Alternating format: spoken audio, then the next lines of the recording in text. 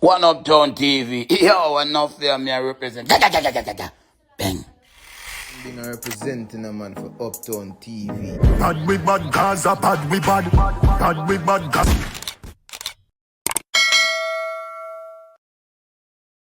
In countries in Africa once per week, and how the black face and the black body was used to deceive black people on the continent of Africa, and how they bought into that Obama situation. Obama was more like it. Obama was literally strengthened to the extent deeply entrenched now more than ever, because African countries and African presidents were resisting AFRICOM. Lots of African countries had said that they would not put an AFRICOM headquarters anywhere in their country. The people of Africa didn't want it. The government didn't want it. The politicians didn't want AFRICOM. But then what? Obama, one of us he was. And he got the African presidents and the African people to militarize themselves. This is how it works. And so we weren't surprised when we saw the head of AFRICOM earlier this month, General Michael Langley, accusing Ibrahim Traore, who through a revolution took charge of Burkina Faso in the name of the people of Burkina Faso, because another black face in black body in Burkina Faso, and he wasn't the first one, many before him, was systemically and systematically selling the people, the people's labor, the people's land, the people's minerals to France, to the colonizer.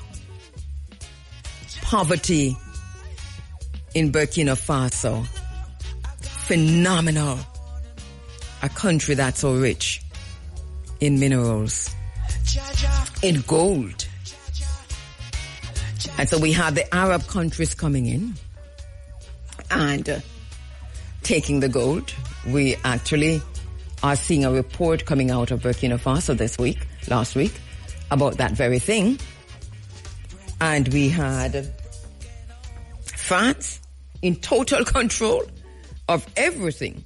We're just hearing today, for example, that, or this late last week, that just the road networks in Burkina Faso, all of that was given to French companies, France-owned companies, and that they were charging the government 5 and 6 and 7 and 8 and 9 and 10 times the cost of building those roads. So that was the going rate. So that Ibrahim Traore has already kicked them out and has taken charge of that, and we see what's happening with the road network in Burkina Faso. The work is going very smoothly, very fast. And we saw millions also coming out on April 30 and marching in support of Ibrahim Traore. Langley accusing Traore during a U.S. Senate committee hearing of using Burkina Faso's gold reserves to benefit Burkina Faso, to benefit the government of Burkina Faso. And he said that Ibrahim Traore was using the gold to protect himself. But of course, to protect himself from the coups, to protect himself from France and the United States, which they also kicked out, by the way. So we heard that argument before. African people around the world, we are sensitive to that argument, because these are the kinds of arguments they have been using over time before they go in and kill our liberators. So African people, organically, if you ask most people, they don't know who made the first call for April 30. They do not know who made the first call for April 30. And so around the world, African people spontaneously, because a lot of us didn't have more than 3 days, 2 days. I announced it here that there was this call for Wednesday last week, Sunday. So Sunday, Monday, Tuesday. 2 days. 2 days. Some people had 3 days. The RMO on the island here in Jamaica, they were in the studio with me a few weeks back, rallied immediately and rallied Rastafari. And for myself and others, we were integral to the rallying call, rallying Pan-Africanists, rallying Jamaican people. And granted, many Jamaicans didn't come out. And I know it's not because you didn't want to, because I heard from you before and I see you all over the social media asking where in Jamaica is a march, where in Jamaica is a protest, where do we go, how do we go? So people were just taking pictures from their living rooms, from their gardens, from their front yard and backyard, from them step. And this was happening all over the world, by the way, because this was such an organic, spontaneous protest in support of Ibrahim Traore, but against AFRICOM and Langley in particular, to say, get your hands off Burkina Faso. Take your mind out of the gold pits of Burkina Faso. Leave Ibrahim Traore alone. Our life, our livelihoods, our survival, that as African people, we have been living with this definition and demarcation that the devil made for us. We're living as if it was done by we ourselves. This is, and we've got the power, to make the change. We've got the power. Africa is the richest country, is the richest continent on the face of the earth. We can exist just by being ourselves without borders. But here we are. It is quite a shame. But I digress. Just to come back to say, so we have this AFRICOM situation, and here on the island, as with so many other countries, and in solidarity with Burkina Faso and so many other countries, we marched.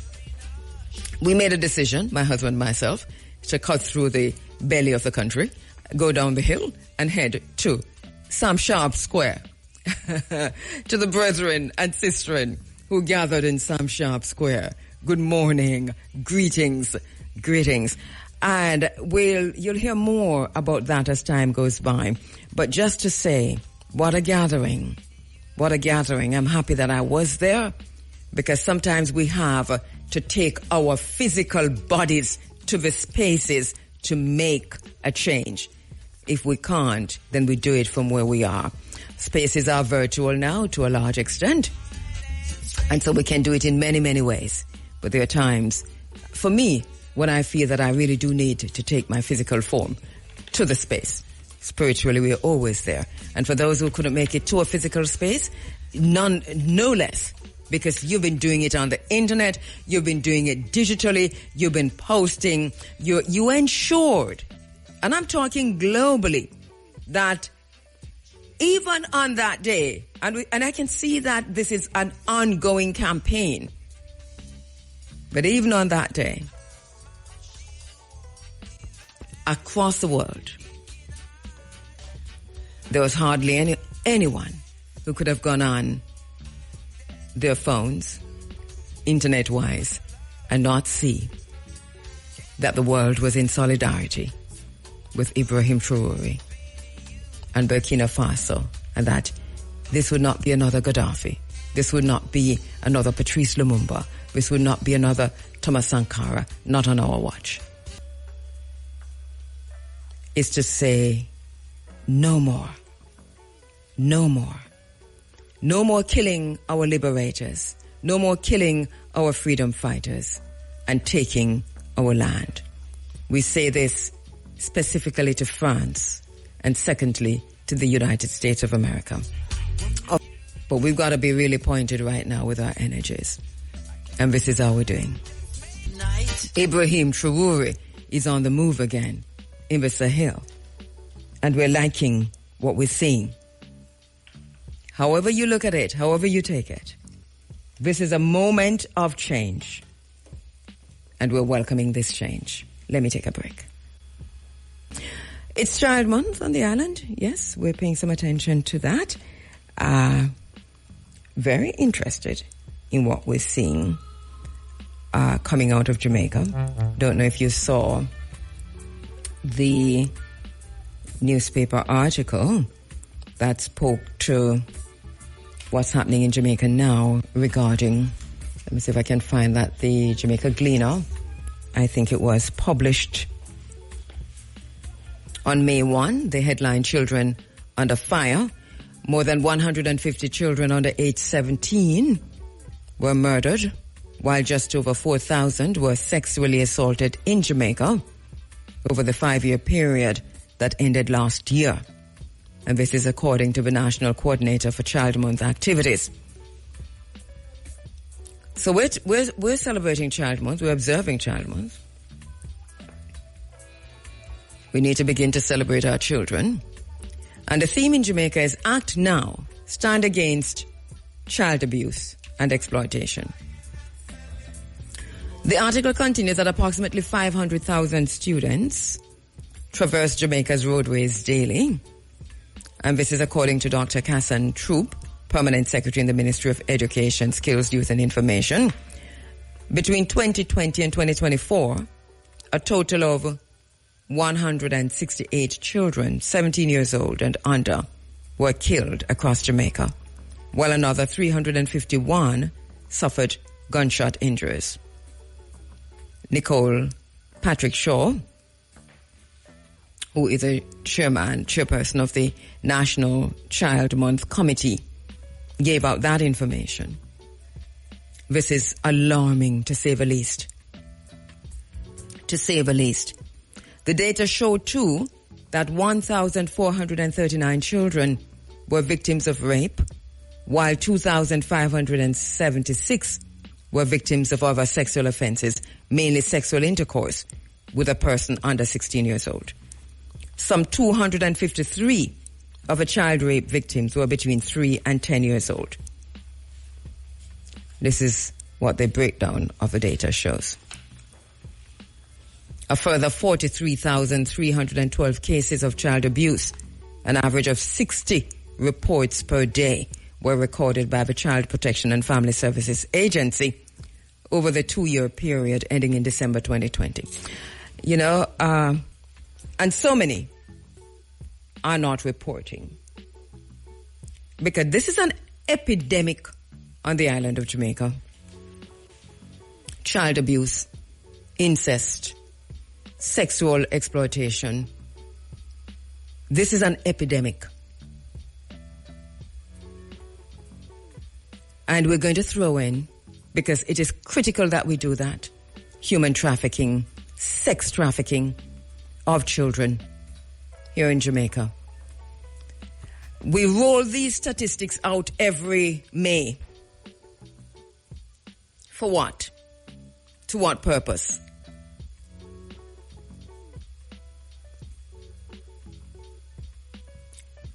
It bothers me. We've been talking about this for too long. For too long. For too long. Many years ago in this space, just to remind you of when we first raised the alarm against this in 1998.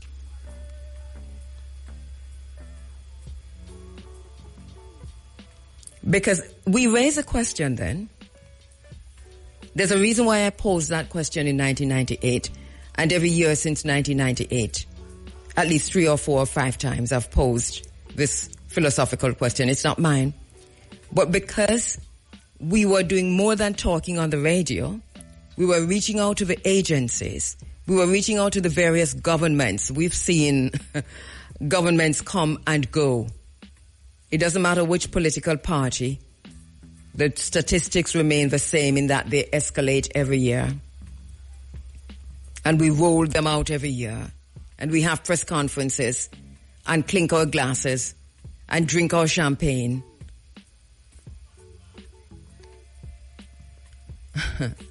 So the philosophical question that I posed in 1998 and so many times after that, if a tree falls in the forest and no one is there to hear it, does it still make a sound? I posed that question within the context of child abuse in Jamaica, rape, incest, sexual assault against women and girls. It was within that context that I posed that question. And I know people raise it to me all the time to say, I have the answer. You meet me all over Jamaica and you say, I have the answer. And you want to have a conversation with me about it. And sometimes, even after I've raised that question and come off, you're texting and you're writing and you're talking about this. But I raise it within the context, this very context, of human trafficking, sex trafficking, rape, incest, sexual assault, sexual deviancy against children, women and girls on this island. And I still ask that. Because at the time, not even civil society, which is really not so civil unless they're getting funding to talk about this issue. You make somebody throw some money at the topic of sex trafficking, human trafficking, child abuse, incest, rape, and so on. Make somebody throw some US dollars at civil society. And you see how quickly it permeates the space. I've been in this space for a very long time. I am not going to hold my tongue. Because everything demands, in Jamaica, funding. And the first thing that too many of our people do is to say, how can I get a paper published out of this suffering? How can I get funding out of this suffering? How can I observe this suffering, write about this suffering, and get it published in an academic journal, and come back and look at the suffering again next year to write another paper so that I can get a professorship or speaking engagement? We're going to have to begin to tell ourselves some truths about why we are where we are as a nation. Because everything comes at a cost and a price, and it doesn't matter. And those who you think are standing with you and for you, I'm talking about societies or parts of a society that are suffering in various different ways. That, not really. Not if there's no funding. If there's no funding, it remains a matter to look at again, but not really of any great significance. So we noticed in 1998, because we started a program. So I went to a funeral in 1997, and it was deep in the belly of Jamaica. And it's a funeral for a very young person, well, a young adult. And I sat in this country church where a lot of young girls were sitting at the bench before me. And I've spoken about this many times over the years. I've never said which church or where, which parish. But when they got up, I recognized, when we stood for the hymns, that we were not talking about sexually transmitted infections in Jamaica, that it was too secretive, that young people didn't have the information that they needed, that our young girls didn't have the information. Whatever was happening in the schools, I don't know. But it was obvious to me that sexually transmitted infections and other vaginal infections, that we weren't talking about that. It was all Greek to us. I came back here and I said to Mr. Young, I just experienced something. I know what it is. I'm sitting in the church and that situation was terrible. So we need to take responsibility as the number one station in Jamaica to create a space that our young people can tune in and listen to without judgment. And we can give them information in return and provide a space also for them to speak with doctors and psychiatrists and psychologists and gynecologists and urologists and you name it. A wide range of experts we carried into the space and ran that program for decades. It was during those programs that young people began to open up to me about what they were experiencing regarding incest, child abuse, rape, and everything on that trajectory, including sex trafficking. We called the ministry. We called all ministries, but let me talk about a particular case where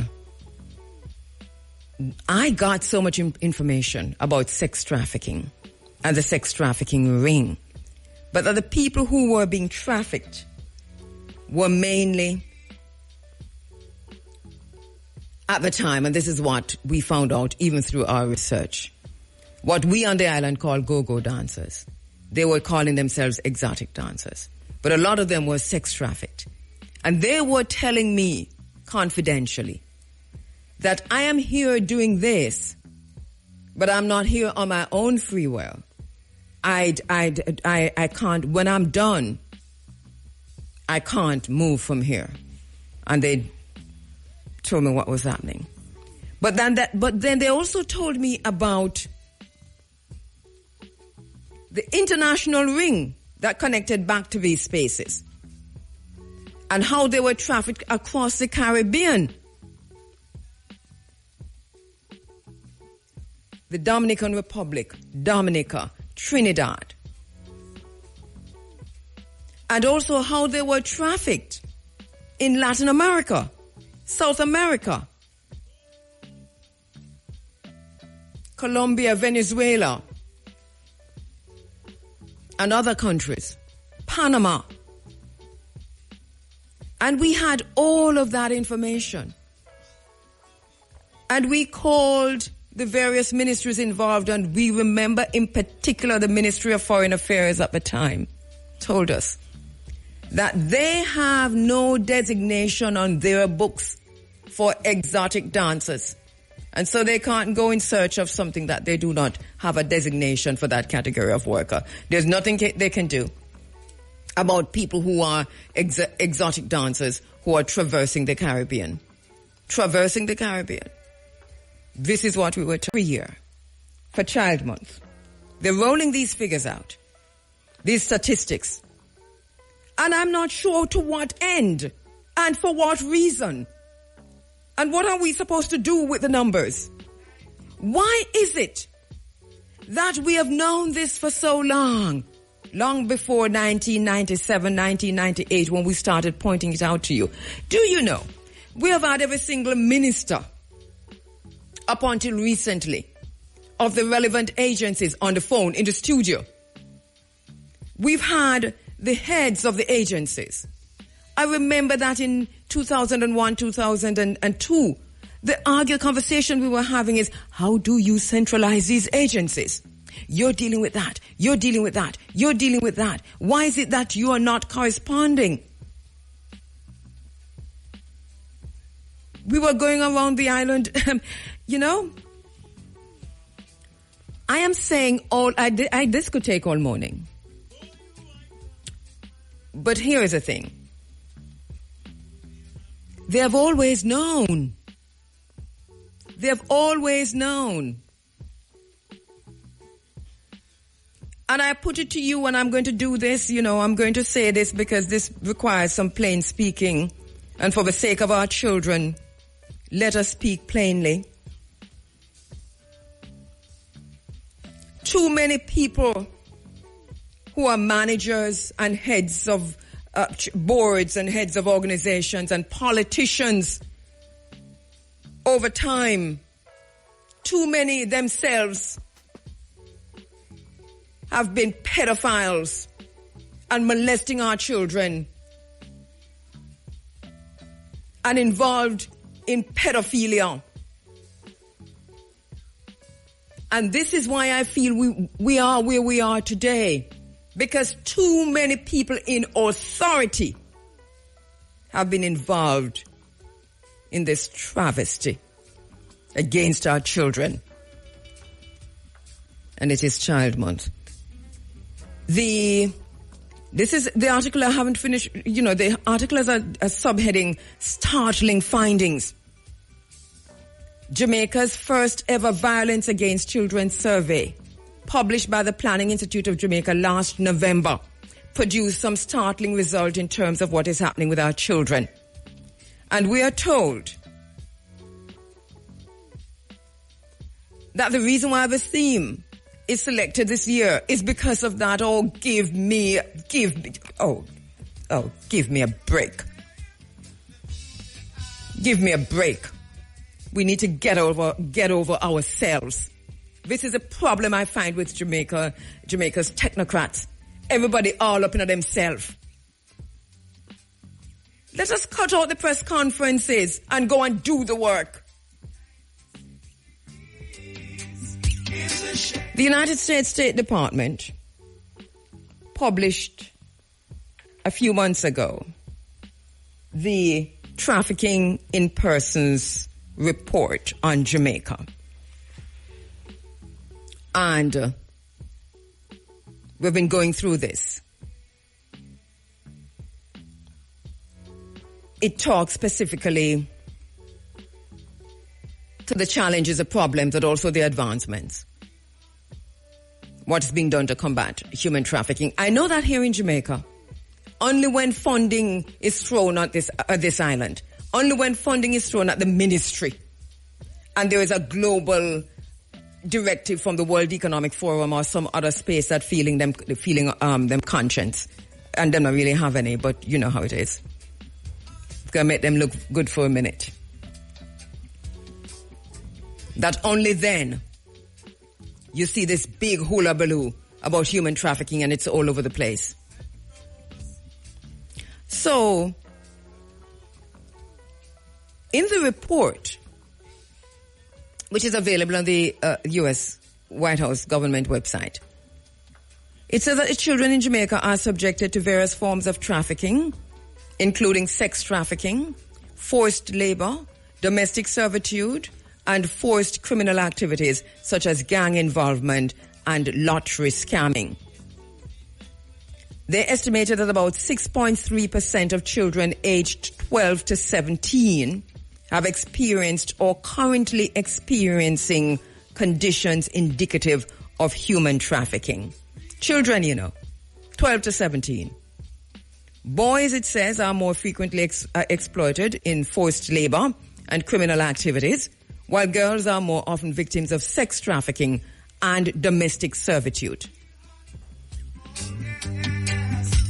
It talks about Jamaica remaining at Tier 2 and the government's effort, so it's interesting to read that. It says, while the government does not fully meet the minimum standards for eliminating trafficking, it is making significant efforts to do so. Don't fully meet the minimum standards for eliminating trafficking.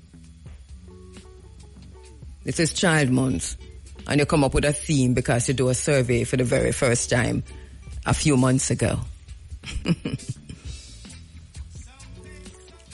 These reports coming out of the United States are done yearly. And credibly enough, so what? We recognize specifically that during COVID, the situation, the real pandemic was not the so-called virus, but the forced sex slavery of children, sexual exploitation, sexual deviancy against children. That was a real pandemic that we never touched. Not really.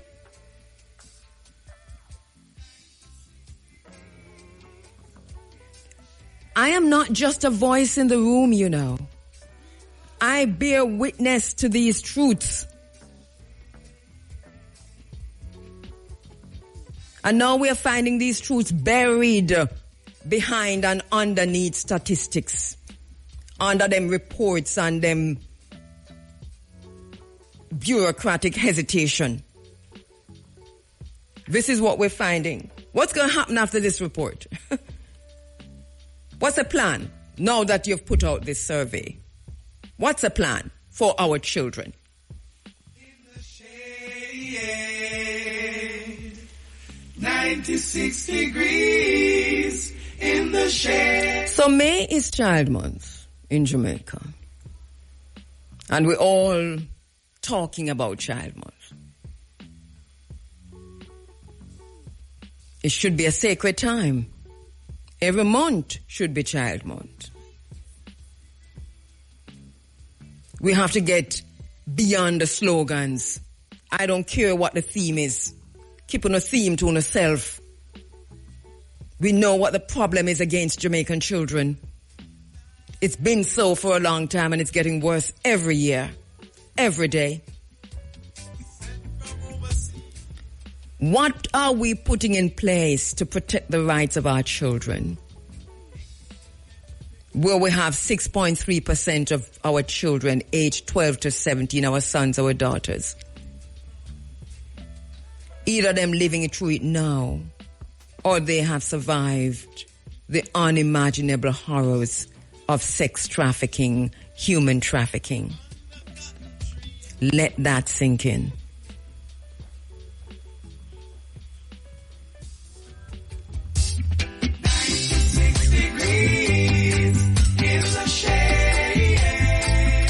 This is not an abstract number. It is what's happening to our children, our young boys, teenagers, who are forced to run and carry message and gun for gang leaders. It is our 14-year-old girls, 13, 12, who are trafficked for sex.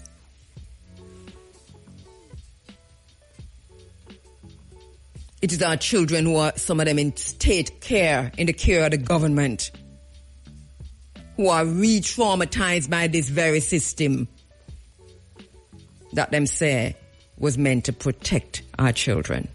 It is Child Month on the island. And we hear the Tier 2 talk, you know. The government remains on Tier 2 in the U.S. State Department's Trafficking in Persons report. It's making significant efforts to fight human trafficking. But we also saw in that report where it says the efforts are not enough when lives are being broken. We need resolve. We need results. So if it's righteous indignation or righteous rage, we're going to have to tap into it for our children.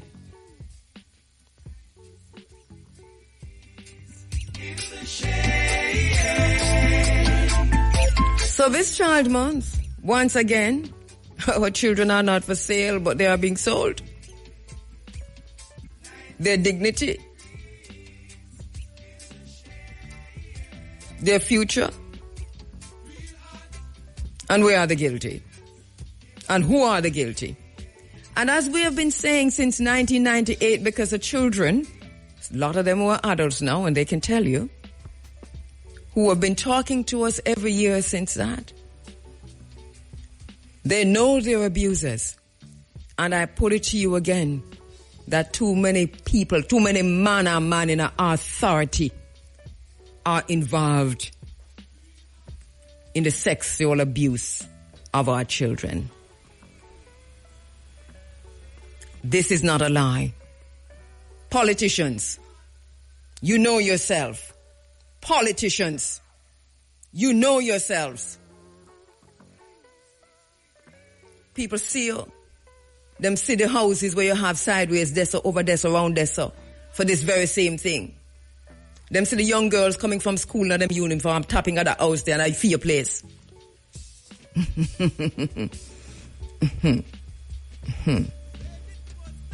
Politicians,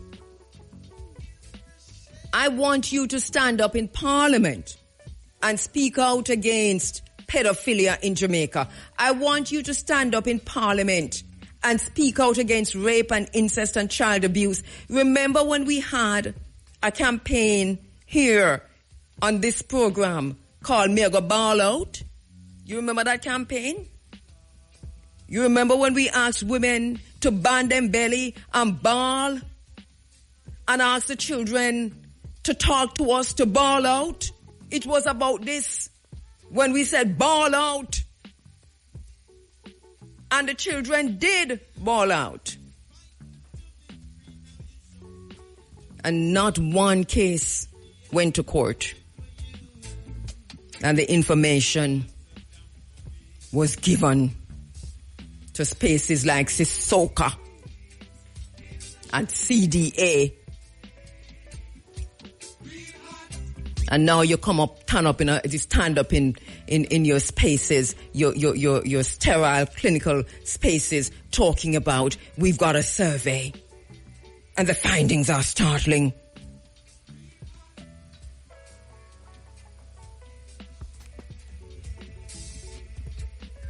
How are we going to do this?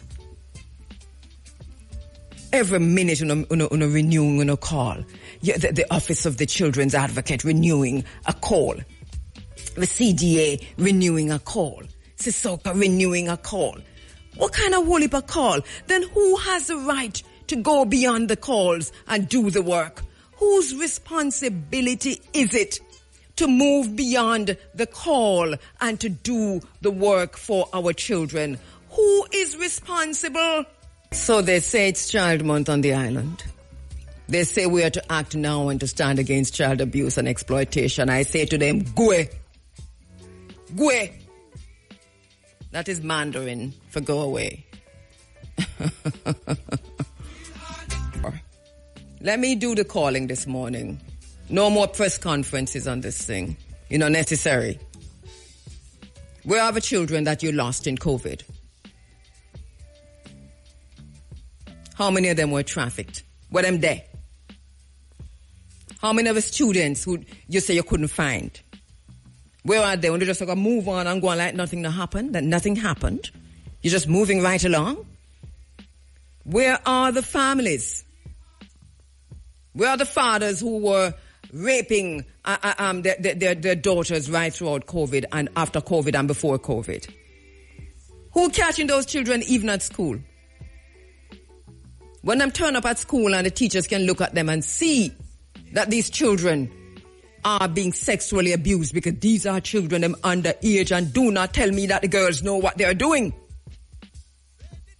Because this is another thing that Jamaican men used to protect them deviancy, but the young girls, them know it. I know I've heard it a lot.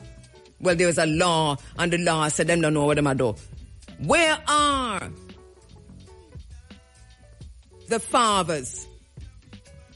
Where are the uncles, the brothers, the nephews, the cousins who have been sexually violating their daughters, nieces, sisters? Talk to the teachers. They can say, we see, because we have experience with these children. We've been in the system for years. And even when you're sure, you need to have a look at this one. But it can't be the teacher's responsibility to catch the child that is being sexually abused. The teacher not trained for that. They can see it, but they need to report. Who they report to? I can tell you that the reporting is flawed. Flawed. Insidiously flawed. If you take up your phone and try to report this thing, try it. About Jeanette, she is well qualified to speak on the topic that we're going to go into, which is, you heard me read the letter last week, the press release, from JAMP, urging the Prime Minister to fulfill promises made on MP job description before general elections. Jeanette is joining me on the phone lines. Good morning, Jeanette Calder. How are you doing? I'm great. This is my first Sunday morning interview, and I like it. I feel fresh at the start of the week, and I think I'm going to start lining them up for Sunday. Yes, please do. How are you doing? Yes, I'm well, as long as you two are well, my sister. Yeah, man. All right. So we've been following the press release and also the survey that was done. But first of all, let us go right to the call and remind us of this promise made by the Prime Minister. When and what exactly did he say? Yes, well, the Prime Minister, I don't mind saying the Prime Minister and his government had found themselves into quite a pickle, and that might even be a mild word, and rightly so, back in 22-23, when the matter, and an important matter, and the necessary matter of salaries, compensation for public officials came to the fore as a government policy. What are we going to do? How are we going to approach it? And how much we're going to give? I remember very clearly a promise made by the Minister of Finance that the public servants would be dealt with first, and then we would deal with the matter of the parliamentarians. That's the first promise that was broken. As you and your listeners know, we're still trying to iron out some matters for public servants, whereas the MPs were richly rewarded with a doubling, and in the case of some ministers, a tripling of their salaries. Now, let me say for your listeners that JAMP's position then and still is now that we supported the increase. What we did not support was a across-the-board increase for everybody, regardless of how you're performing. There is no organization, Kabu, you can go into, and anybody and everybody going to get an increase because people are performing differently. People are coming to work on time, some are not. Some are taking initiative, some are not. Some are meeting their objectives, some are not. And in the case of the parliamentarians, every Jackman Jamaican listening to me know that Jamaicans say, yo, from me vote for him, me no see him. How can that parliamentarian have gotten a doubling of the salary? Like some who are there in them constituencies every single week, like when I was in government and the minister who I reported to. Mm-hmm. So JAMP took offense and objection to the process, not the fact. And the reason we did not have a difficulty at all with the idea that the salary should be doubled, and is what we're going to get into a little bit more as we talk about the job description, is when I understand what an MP is required to do, and when I understand how important it is to the success of everybody's job and everybody's dream, then people definitely get money. The question is, how can we tie it to performance? But understanding what they're supposed to do, and and when you in the context is totally different from what we have come to know that they have done over time. So how could you support an increase and doubling of a salary, knowing what we were getting from these politicians? Tied to performance, because there are, believe it or not, and this is one of the reasons I like the way we have decided to approach this NGO that I founded. It is on the back of facts and not presumption. Boy, Kabu, I have been surprised by a couple of things once we look for the facts. There are members of parliament who, as I said to you, show up in them constituency every week. And there are members of parliament who have up to a 95% attendance in the House. I'm just saying, as a quick comparison to a few more, and I have no difficulty calling names when I get there, because I think that's important. There are some who have 37% attendance in the House for 4 years straight. Not one Jackman listening would have a job with a record like that. So the truth is, a quick example, I pay particular attention because JAMP is not looking at accountability, though that's in our name.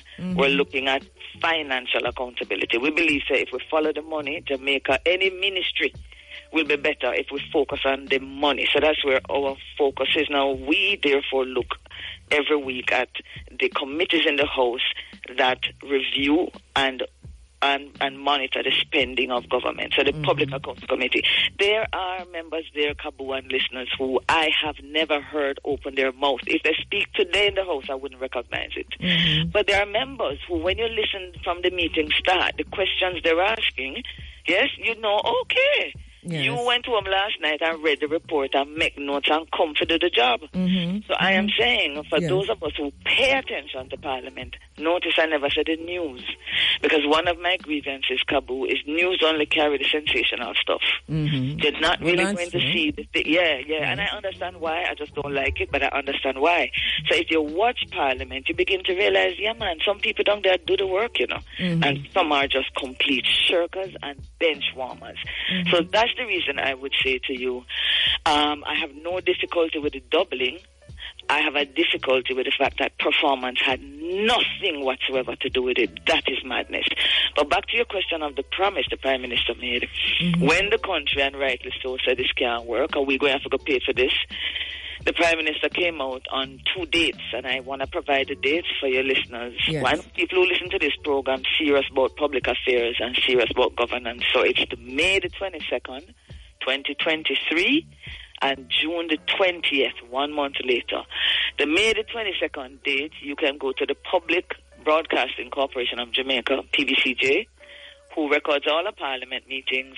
Put in that May 22nd, and you will find that post-cabinet press conference of the Prime Minister where all the promises were made as to how am I going to make it right for this doubling of the salary, and you're not happy about it. And then he went into the Parliament on June the 20th and repeated it. And what were some of those promises that the Prime Minister made? You might be really surprised. When I reviewed it, I was like, wow, I didn't even remember all of these. But the first one was job description. Right. The Prime Minister actually said that this is something that would be implemented immediately. I remember that. And two, we share to him, and I'll come back to that. Let me just stick on the promises. A code of ethics. And this is a part of what would be immediate. A code of ethics to govern the conduct and the duties of MPs. He admitted that one was developed under the Patterson administration. What the Prime Minister is saying, we have enhanced that for the ministers and the MPs. So all we need to do now is to send it to Parliament so that they can review it, either accept it as it is, and I'm quoting the PM here, or they will make some objectives. But after that, the code of conduct will be enforced. Here's a third promise, which Jeanette loves. We will institute, I'm quoting the PM here, financial penalties for unexcused absences, and I can define that afterwards, from the sitting of Parliament and the committee meetings. He said MPs getting more pay. If they don't turn up, their pay will be docked, right? And he admitted that, for the folks who don't know this is something we used to do in the past, but it will be reinstituted immediately, and the fines will be more meaningful. And here's a fourth one. Well, two last ones I'll share with you, which are also pretty exciting for me, who recognize that accountability is what governs performance. He said, each MP will provide a written accountability report to Parliament, highlighting what? Their activities that they've undertaken and their achievements. The kind of things, Kabu, that we do in private sector all the time. Special. But then he said, going beyond the state of constituency presentations in the House, there will be a more systematic approach, because these reports of accountability will be reviewed by a special committee of Parliament. And here's the beauty of it. The PM said, and will be accessible to the public for their review.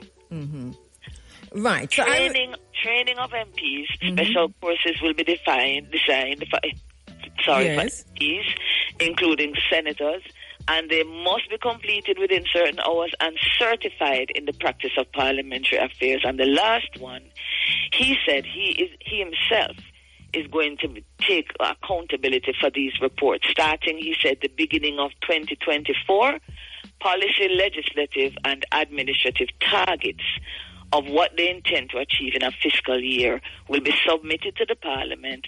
And here's the important part now. He says we do this all the time, which is true, but it's indoors, in our retreats.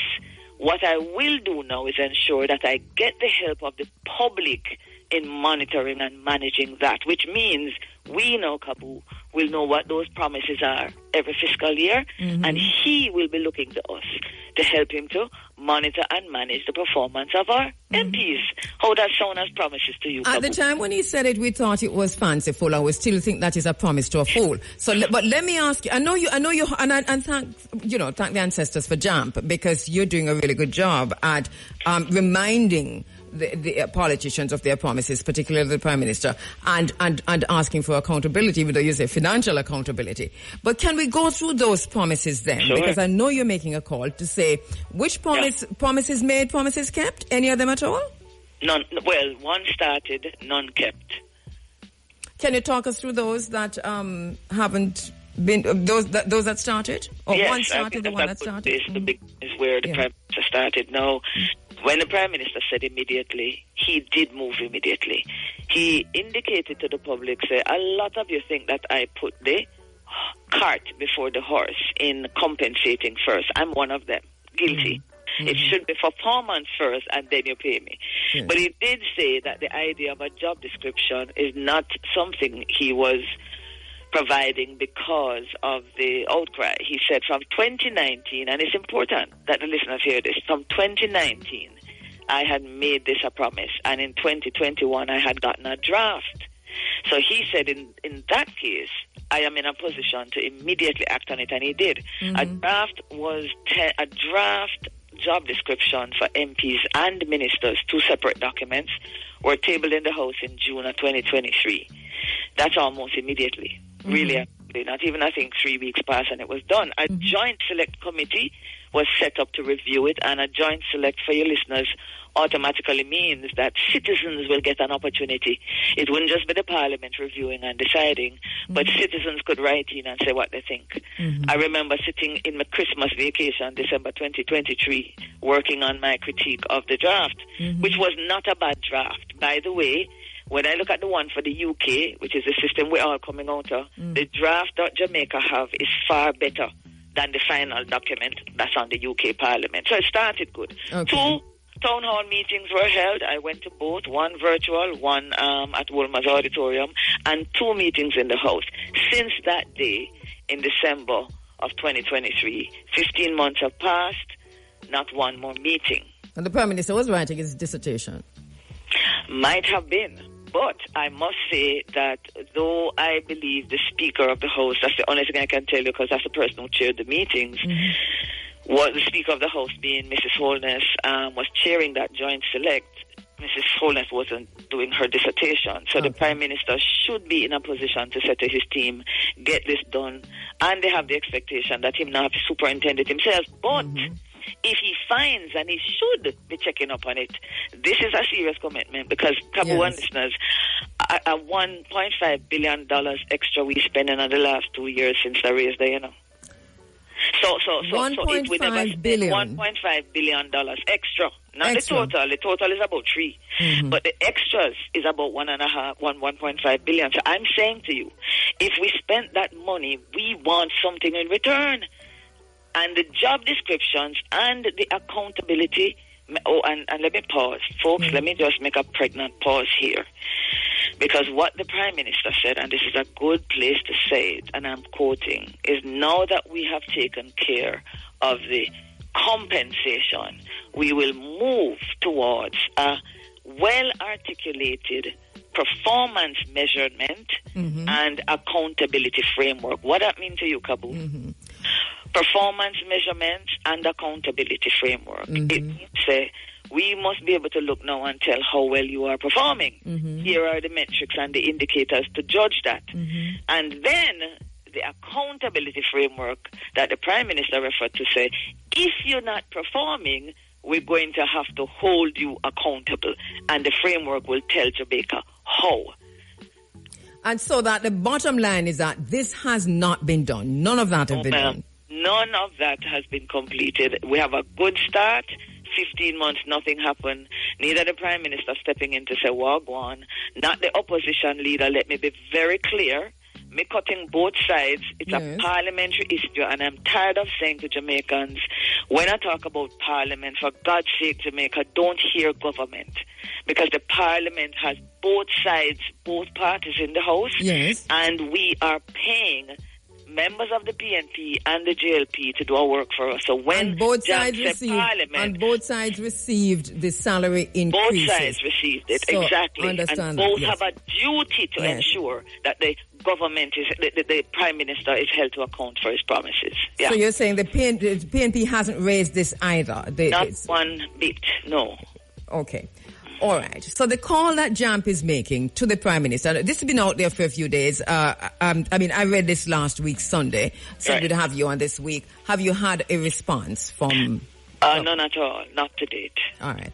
So let's go on, because before... From either leader. So we haven't heard an opposition come out with a press statement to say, and I know I'm going to sound overly generous, but part of our job, Kabu, yours, mine, and those listening is, okay, when me and you look at our schedule and see how it's full, I cannot imagine what a Prime Minister, leader of government will look like. So if something slipped, it is perfectly natural for you and I and the listeners to remind the government.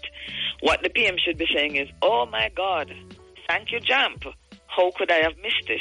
Well, and the opposition leader should be yes. saying the same and sending out a press release to say, we got it, we on it, but nothing to date. No, I mean, it's deliberate. Nothing not over generous about that. It is totally deliberate. And the reason I'm saying this is the Reporters Without Borders came out with the Jamaica falling two places. I'm not even getting into that conversation because we shouldn't even have no list at all, because there's a total lack of understanding about media and press freedom in Jamaica by Reporters Without Borders. But anyway, so them drop two spaces. And then already we've had the opposition coming out with a press statement. And we've also had responses to that press statement from the government. Oh, look at that. So that was pretty. So what is all this hullabaloo over that thing and nothing over this? It's been out for 2 weeks now. So something's wrong. You said before that there's some... this will be performance-based salaries, what you would have agreed with, JAMP agreed with, and obviously it is not happening. And you underscore that there are some MPs, some government ministers who really work hard. They're in their constituencies every day, and there's some 37%.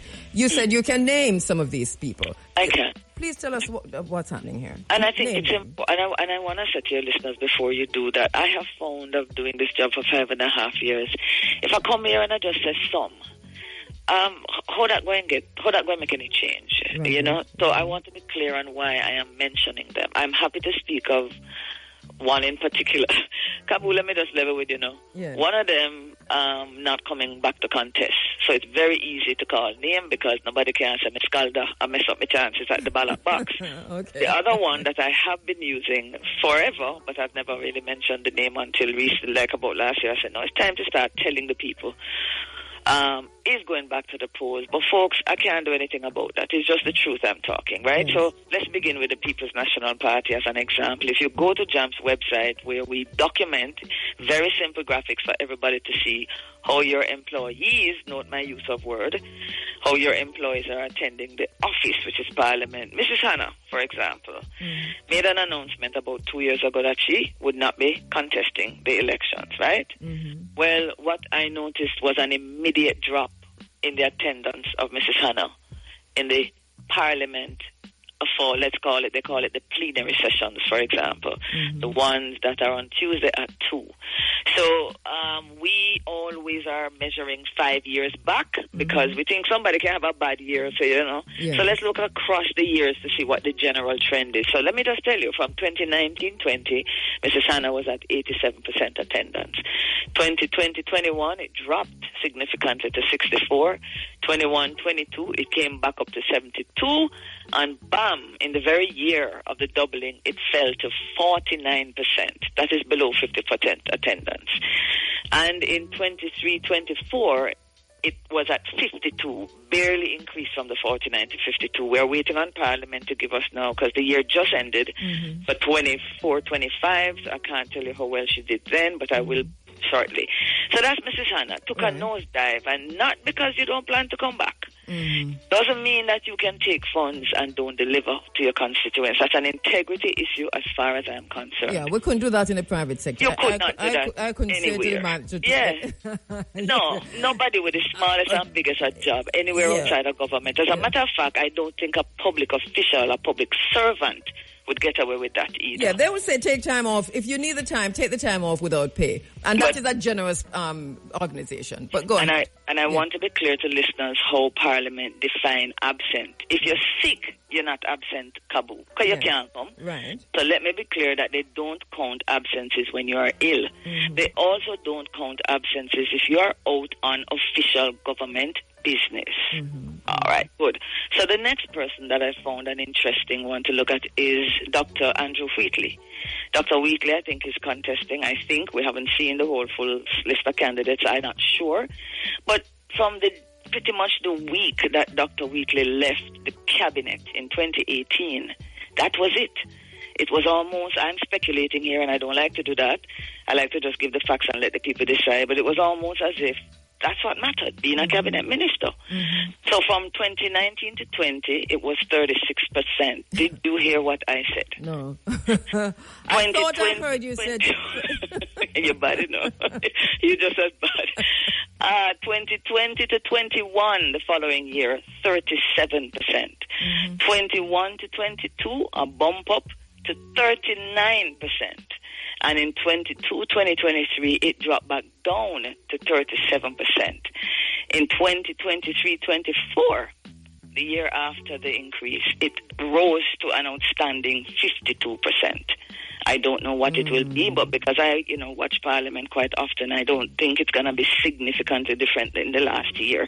I haven't seen him that much. So here we have it. Yeah. One had been asked to leave the cabinet, and they're, why am I coming to Parliament? Because you have people who you have to represent. They're, go ahead. To what extent? I'm sure you're watching the time and seeing that we have just a few minutes, but you're going to have to come back. To what extent is this of concern to the electorate? How excellent. People doing this? So I'm very clear, and people might be saying, "Boy, Ms. Calder, what's the point at this point? Why you didn't raise it before?" Well, it's fine. That's a fair question. But here's why I think it is still relevant. There's no way I think the administration will be able to achieve all of this before election. But one thing I know they can do is the job description. And the reason why JAMP believes it's very important, not just to the country, but in terms of the timing for the electorate, is when you vote. I know we call it voting, but it's actually employing 63 public officials. That's what we're about to do. When they come and you knock on your gate, Kabu is a work they might ask you for. Be clear, okay? We're paying them. That means when you pay somebody salary, what does that make you? What does it make you? Employer-employee relationship. Right. So I am going to be employing two candidates are going to come and knock on my gate, and I have to make a judgment between the two. JAMP wants Jamaica, and many Jamaicans want Jamaica to move beyond it. Is he in orange or is he in green to make a decision? We want better roads, we want good schools, we want beds in hospitals, and my view and JAMP's view is that the MP's job is the most important job in this country, barring none. There is no doctor, no farmer, no radio broadcaster. None of us can do well without good public services. Am I lying? No. If you get up and there's no water, sometimes I start to say, Jamie can't be, me don't know, me I go come and work, so.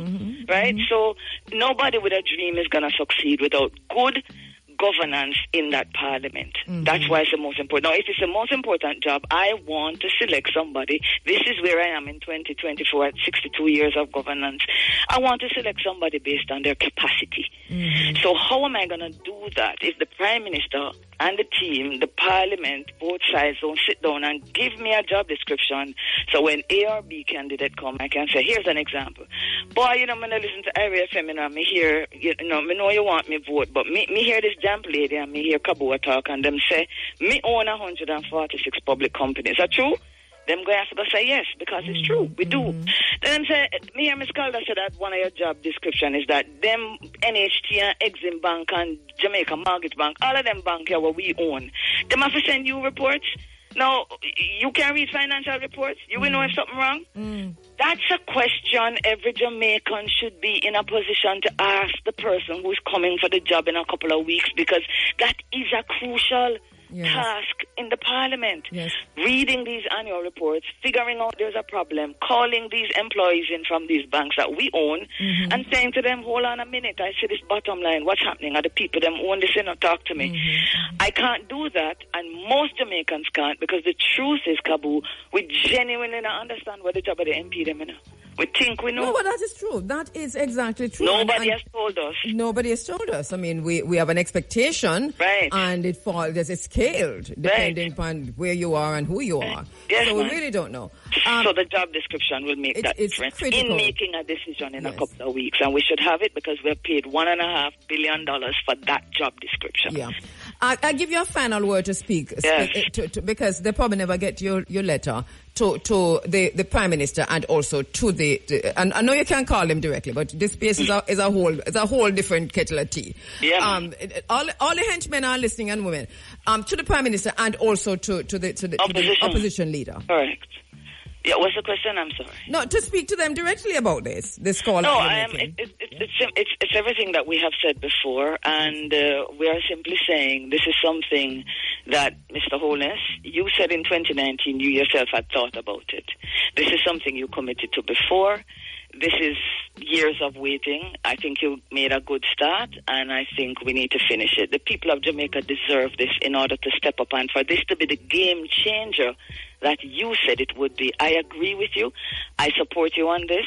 So we're simply calling on you to get that committee back into the House, Mr. Holness, and to finish the job that you started. I'm asking the Jamaican people who are listening, don't say, boy, Kabu and Jeanette, this is one good conversation, and me never see it this way before. It's really important, That's not going to be good enough. Mr. Holness and the team, Mr. Golding and the team, they are accessible to you in a way that Kojo, Taki, Nani, Paul Bogle, Sam Sharp couldn't talk to a queen. Please go on their social media platforms and just say 7 things.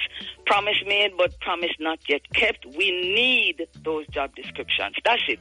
And change will come. Thank you so much, Jeanette Calder. As Thank usual, you. Great work. We'll talk anytime. All right, Jeanette Calder there, and this is pretty serious stuff that she's talking about here. We remember the promises made. How soon we forget, though. Hopefully I'll be able to carry that next week.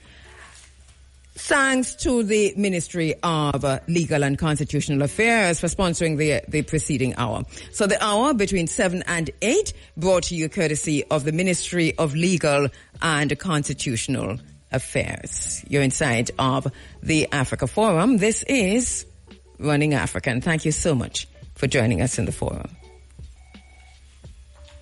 Oops, I was just going to go to a break, so let me do that, but I know that my sister friend is on the line.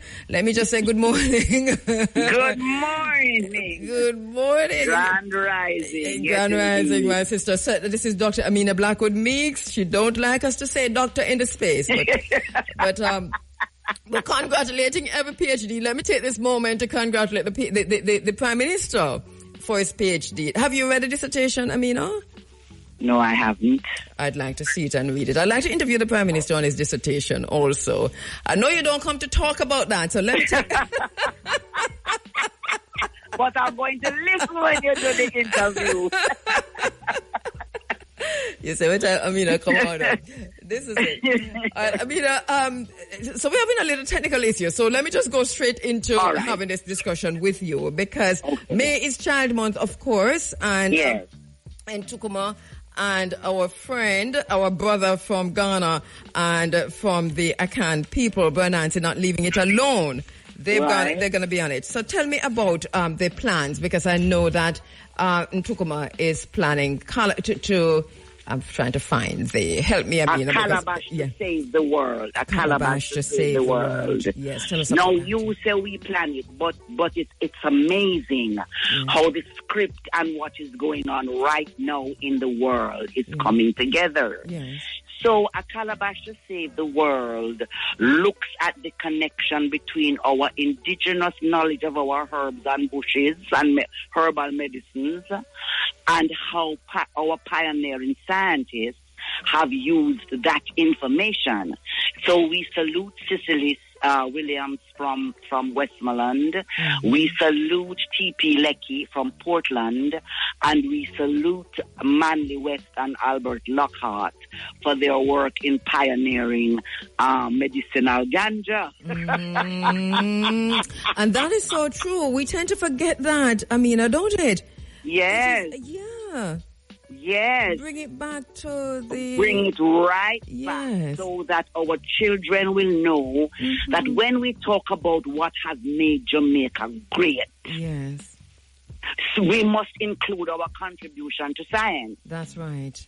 And that they too have the potential to become great scientists. As a matter of fact, them mother and them granny were scientists. Yes. Why when them scald the milk, them put in liquor salt? Because that's the preservative. Yes. Why them put in liquor nutmeg in every juice when them give with a drink? Because they brought the knowledge of the impact of nutmeg on the brain from Africa. Yes. Now, when we do the research on nutmeg, we don't see Africa, We see that this is knowledge that the ancient Romans had. And we say, oh, yes. Found on the tomb of Marcellus. Marcellus Romanus. That's right. Yes. We say then hushbat. But Amina, the point you're raising there, I think, is so critical. Because the first thing you said was everything is coming together at this point, and how important it is right now that it's coming together like this. Yes. Because as you talk about the herbs and our ancient ways of being, of healing, we're about, and we have been losing this, so that there is such a challenge to everything that we know, to our indigenous knowledge regarding health and healing from outside. So we're looking at the Codex Alimentarius, we're looking at the GMO, we're looking at how we're using Roundup, we're looking at all of that is being thrown at us. And so, talk to me a little bit about your thinking on this, because this is part of preserving that knowing, that way of knowing, that and we have ignored it. So the play is a combination of Jamaican folk songs. I want to come back to the African story that we have reworked in this way. Yes. But in the combination of Jamaican folk songs, when we went researching to say, what are the songs available to us to use in this production, we find Joe Robles and the mystic revelation of Rastafari. Fever grass, it grew in Africa. My forefather was a witch doctor. Them same was a damn fool. And now them teach the very thing in school. Give me back my language and my culture. So that song and Nancy bringing scientific wisdom down to earth is not disconnected from the fact that we have one of 35 World Heritage Sites that combine the use of plants and herbal medicines and the culture of the people. It named what Nanny did in the Blue and John Crow Mountains that caused that area to be so declared a World Heritage Site by UNESCO. So when we decided to include that in the production, we also saluted Africa using the UNIA anthem. Yes. Ethiopia, the land of our fathers. Yes. Let Africa be free. Yes. In the middle, you know how long we start the rehearsal? And in the middle of this rehearsal, Let Africa Be Free will come up on the 30th of April and Burkina Faso. Look how goose people just take me. You see this good? My head just raised. Yeah, good. Yes. So this is what we call synchronicity. These are the energy. These are the frequency. Advance to meet the foe with the might of the red, the black, and the green. So we're playing. Yes, so may I chat for a minute? Go right. Go right. You have about 5 minutes. Okay. So, Go right ahead. we open on the 15th of May, Yes. and we play until the 30th of May. And there are some special days. The Wednesday to Friday, we play at 11 o'clock in the morning because we want school children to come in. Okay. And we are mindful that some of them going to come from far, and we are mindful that teachers have a responsibility to return the children to school and sign them off and say them come back. We are mindful of that. So we start at 11 o'clock to give teachers enough time to go back to school, account for the children, and whatever arrangements they have for getting home. Brilliant. And then the Sundays of the show, we have declared that this is the intergenerational, bring your family and come. So bring a child and come, bring your uncle and come, bring anybody and come. But the 25th is Africa Day.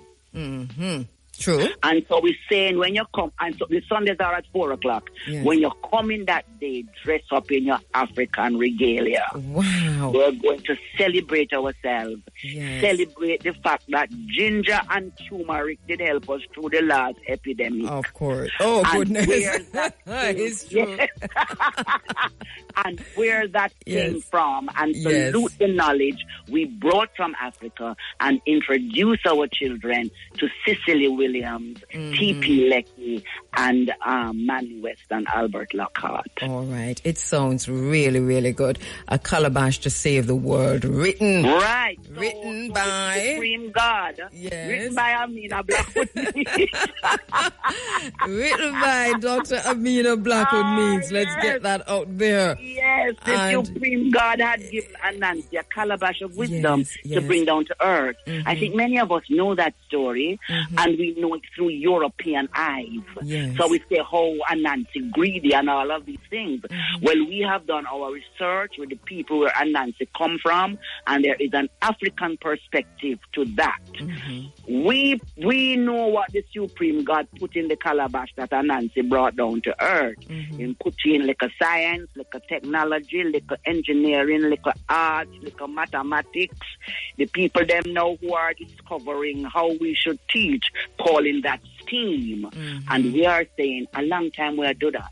Yes. Because we brought it with us. So it also has teaching methodologies embedded. The play lasts about an hour and 15 minutes. Okay, so come prepared for that. And the time again, it's Wednesday. 11 o'clock during the week. Right, so... And 4 o'clock on Sundays. So it's Wednesdays to Wednesday Sunday. to Friday.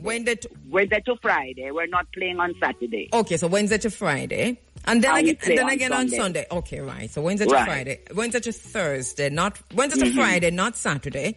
And then Right. again on Sunday.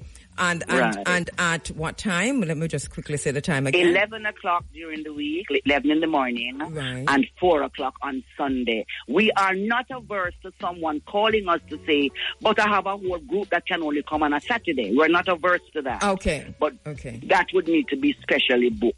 Yes. And enough of we are come from country look like we are go Sunday. Don't it? Yes. Yes. Dress up and come. I am Yes. so excited about what Yeah. we're going to look like on Yes. Africa Day. And- Which can I just say I was just something, going to talk sister? about that. Yes, go ahead. Yes, I want to say that it used to be called African Liberation Day when African countries were fighting for their independence. Independent, right? Oh. And we took the L. We took the hell. Yeah, we took the hell out. The hell need to go back. Yes. The hell, we need to give them hell. We need to The give... hell Oh, goodness need- gracious. We Yes, need to give the them hell hell. need to go back Yes. in it. Yes. Because they have not left us alone. Yeah, the Africa Union And we are- did. The Africa Union did that. The way they said they were no longer the OAU, and so they were changing a lot of things. So I do agree with you 100%. So a lot of us still say African Liberation Day, Africa Yes. Liberation Day. Because Yeah. we're waiting for the liberation and we're fighting for the liberation. By the way, I saw you out there. In all my glory. On the That was an battlefield on behalf It was of Burkina Faso. It was an awesome day. Yes, It was an it was. awesome day. Yeah. And what was awesome about it was the numbers of people who stopped to say to us, Yes. Who is Ibrahim and why is he on that? Yes. People from bicycle, you know. Yeah, we get that too in Amobe. I think you don't get that. All right. So we get that in Amobe, and people are saying, what is this for? And so who's Ibrahim? And but look here, you know what I loved is just how Jamaican people just change up his name. Ibrahim Torres. Yes. Abraham Toure. But we know who we are talking about. A rose by any other name is still a rose. Mr. just said that this morning in a negative way. Yes. I mean, this is very interesting. The quote you just used, I said it this morning to say that whole quote is wrong. Yeah. This is very interesting that the quote come back. But, and I know you never hear it. But it comes back. Yes, but as my friend Shareen Mackenzie would say, you see all the things that we say, let me put them down again and look on them and see what that did really mean. Take them out and look on them. Yes. Yeah. Yes. But it was really brilliant, and I listened to, I think you were interviewed for a minute there, for about 6 minutes or so. Mm-hmm. I know it's 6 minutes because I tried to share it on my YouTube, my TikTok, and it keep bouncing. Oh, bouncing. So I know it says 6 minutes. Yes. Yeah, but I'm editing and sharing. And you talked about this within the wider context of liberation in the very same way that you have been doing here this morning. And you were one of those, I texted you to say, you were one of those who draw way up when this thing start happening. Me particular, you draw, because you send it to me and I tell you something, I watch it, and you said you can't just watch it. Right. And we need to learn that we are not too small. Yes. And sometimes the most important thing that we on this part of the planet have is our presence. Yes, true. Be present. Mm-hmm. We have a responsibility to be present. And the next thing is to speak. Yes. So we have a presence and we have a voice. Yes. Use it. I do agree. What do you have in your hand? Use it. Yeah. Dr. Amina Blackwood-Meeks, thank you so much. I'm going to come to Calabash to save the world because this is over a period of time, and it's in the middle of CXC exams for those young children who are taking CXC, and they're breaking sometime around the end. There's a big break for those for the science students. I know that. So I'll be heading into Kingston for this. Thank you so much. And also the grade 6 students who are just waiting for exam results to come out. Bring them come, no teacher. Bring them come. Please. That's right. Yeah. Ease the burden a bit, the pressure of them a bit. Yes. Thank you so much, my sister. We'll talk to you again. Bless you, my sister. Yeah, man. Right. Bless you. Walk good. A crushing election defeat. Australia's opposition party has been left reeling after a bruising defeat in yesterday's federal election, with a result that is shaping up to be its worst ever loss. Peter Dutton, the Liberal Party leader, also lost his own seat, which he had held for the past 24 years. And that is, I don't know why I find it funny, but can you imagine? Anyway, maybe it's not, it's not funny, but I'm laughing. Anyway, so BBC says Labour's landslide victory means the Liberal Party is now scrambling to find a new leader and figure out what went wrong for them this election cycle. There's also an election in Canada where Carney won, and everybody's all over themselves about this Carney win. Carney is he is an agent of the World Economic Forum. You do know that.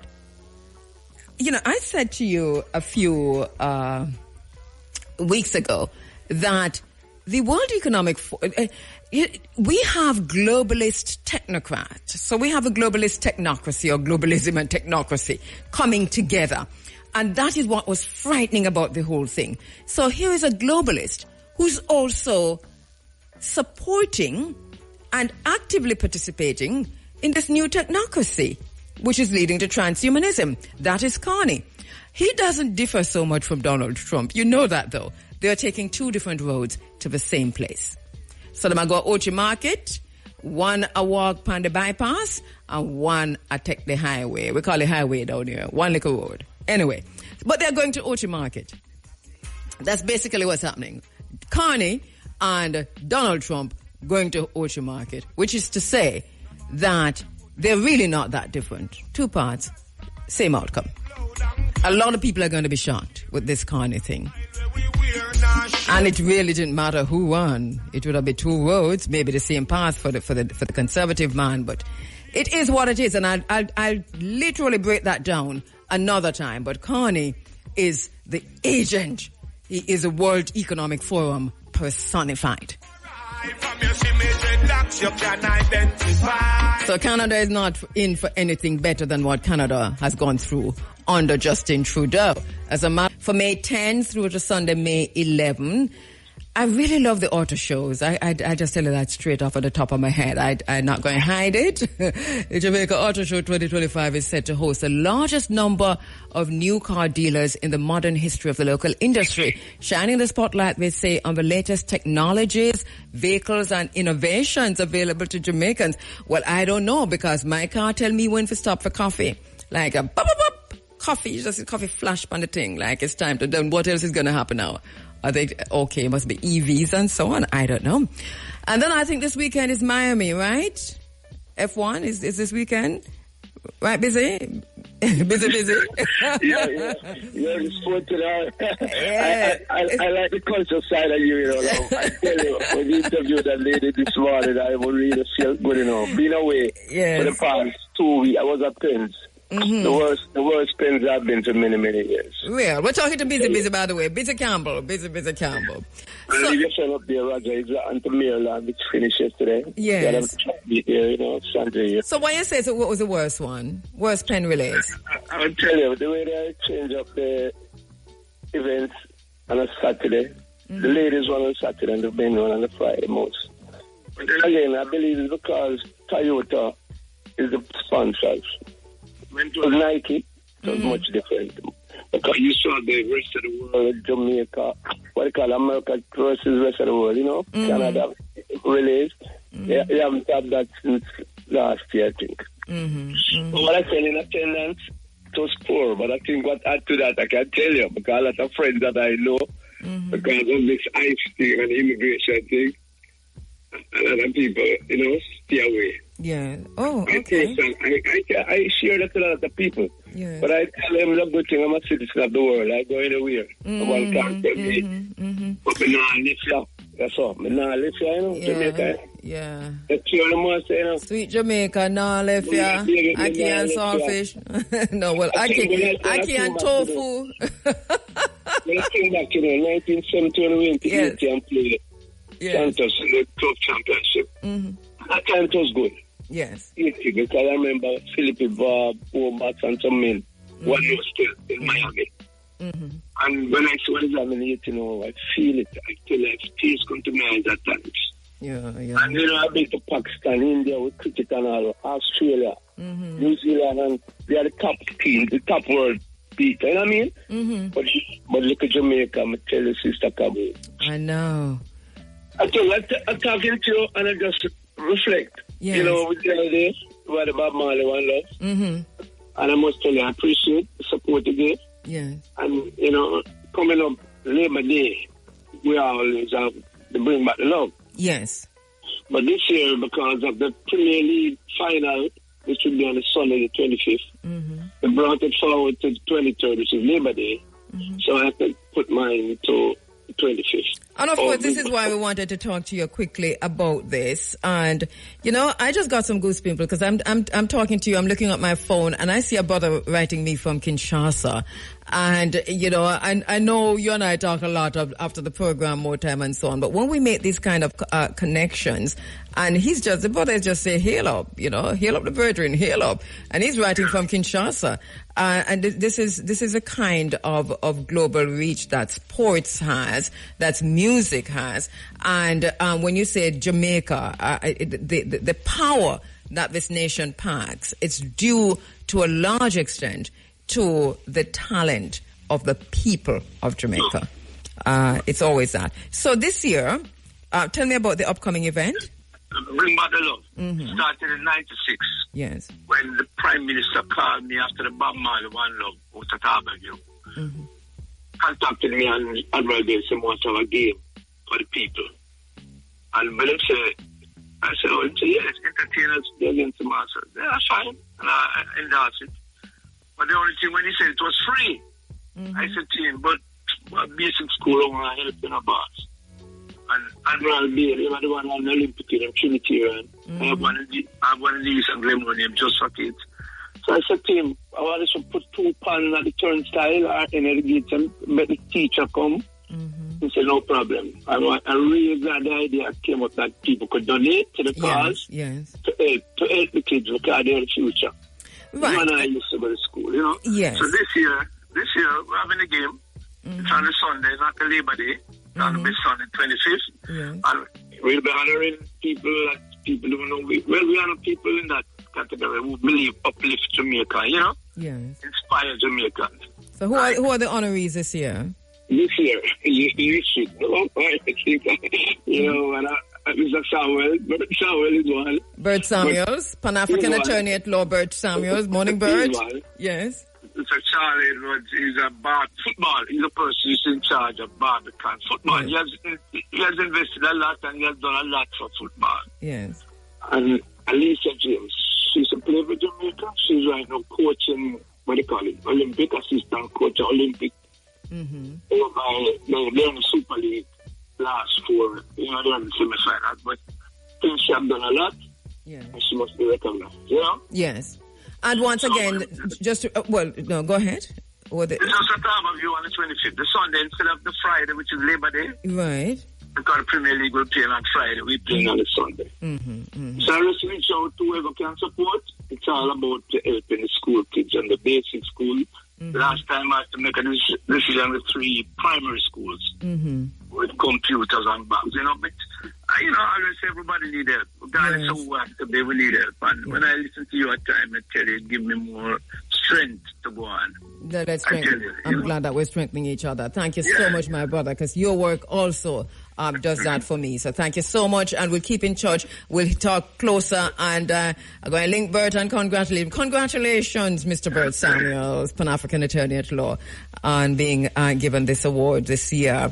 Thank you so much, my brother. Busy. Coming in from the pen relays. Coming in from where do I want to go again? I'll be honest with you. I made a decision, you know, I never want to have a right to that. So you're not going back? I don't feel You're not going back? You know, okay. Unless other people really... I'll talk to you next year this time, and we'll see. All right. All right. Good thanks, my brother. See those waves? All right, brilliant. Greetings to you. Safe travel, Ras Jomo there in Buffalo. Greetings also to Imani, who I met in at Sam Sharp Square on Wednesday, that march against AFRICOM, and for Ibrahim Traore, the AES, Burkina Faso, Mali, Niger. He has given me some documents, which just let you know, my brother, that I've gone through the documents, how to use the ANC, and I will certainly make a connection with you. Greetings to Magi and Ras Magi and Jazazai. Magi, I did send you a text. I don't know if you got it, so text me back, please, my brother. But also, yes, we've had a chance to go through the documents, listen to the stuff, and we'll also be linking you shortly. Magi, my brother, greetings. Greetings to Puffy and the brethren, to the brethren in Great Pond. Thank you so much, Puffy, for all that you've done in the movement, in the spaces, just for Jamaica and the globe. The work is phenomenal and profound. So morning to you, Marlene, my sister, and Puffy. Gonna go to the phone lines to speak with my next very special guest, Oshun Sharon Paris Chambers. How you doing, my sister? It's my pleasure to be with you, Ankh Sanab Ujab. I'm learning. Theo and I are here to welcome you and your global listeners. All right. Thank you so much for joining us. Big event coming up. It's annual because it's been going on for a few years, but it's a big event that's coming up on next week, Sunday, on Mother's Day. Which you obviously are one of the organizers of this event. Talk to us about it. This is also going to be including some honorees, but it's wider than that, isn't it? Yes, indeed. The very foundation of what it is, recognizing the divine nature of women as queens. And it's not the people that makes the queen, is one philosophy. it is her awakening the realization of who God created her to be. So we're recognizing their work, their iconic work, and we've come across 10 persons. We'd love to mention them and then give the details. We've come across a Gama Gloria Sims, a Paula Surtees, Kabu Mahat Keru, a Mama Lily Dayad, Banaya Zina Selassie, a Juliet Dunbar, Dr. Diane Robinson, Joy Logan, Vanessa Tribar, Jessica Mbangini. In memoriam, we are going to honor her for her prophetic vision and spiritual vision as an Mbongi. Now, some of these names are people we don't know, but they're sheroes nonetheless. And we are going to honor them for their greatness. So on Mother's Day, at the Temple of Inner Peace, which is an oasis according to co-founder Denise Isis Miller, whom you all know very well, is a place that's hidden away in West Cliff Estate, the deep west end of Negril. Temple of Inner Peace is looking forward to honor these women May 11th, 11 a.m. until 3 p.m. And we'll have a keynote speaker, Dr. George Love Imhotep, Kemetic priest, who's on the island as of yesterday. He will be our keynote speaker. And we also have Theo Chambers now, who will speak to you more about this event. Happy day. How are you? Greetings, my brother Theo. How are you doing? From 1 to 10, I'm doing a 20. That's brilliant. All right. I'm enjoying my free oxygen, so we need to understand that first. There you go. They're bottling it in China. All right. Yeah. All right. So go ahead and tell us a little bit more about the event. But before you do, quickly about the Temple of Inner Peace. Yeah, the Temple of Inner Peace is an environment where there is a no meat zone. That's number one. We have the birds, the nature, the environment. There is absolutely botanical plants. Yes, we have healing plants and so forth. It's very, when you come there, you will want to call your family and say, look, I'm not coming home tonight. I'm hanging out at the Temple of Inner Peace. Yes. When you go there, you swear to God that you're back in Kemet, back in Egypt. They have that atmosphere, energy and vibration. The birds come and the birds sing with you and enjoy, so forth. And this event, it is by invitation only because we only accommodate about 30 people. Okay. It's complimentary. Food and drink is all complimentary. We are paying for everything, and we just want to have a beautiful relationship with. So that if you don't get, so just for listeners to know, if you don't get an invite, do not head to the Temple of Inner Peace until you're not coming back home. Right? So this is my invitation only. This is not open to the public. Not this Sunday. Okay. But after this Sunday, and Saturday and Sunday we will be open every day, and it's free. Okay. Always free. Okay. So people can come throughout the week. Every day you're always open for persons to just come in.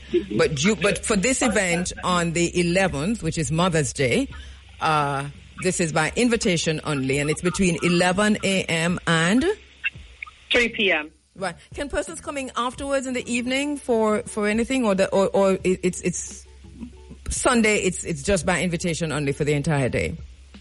Yes, for the entire day, invitation only. The capacity of the place is limited, so we have to, and then people can stay if they want until sundown, watch the sunset if they want. Because we're there. And because of this show, Theo is saying he'll take 10 more people. The telephone number to call, the first 10, 876-275-3169.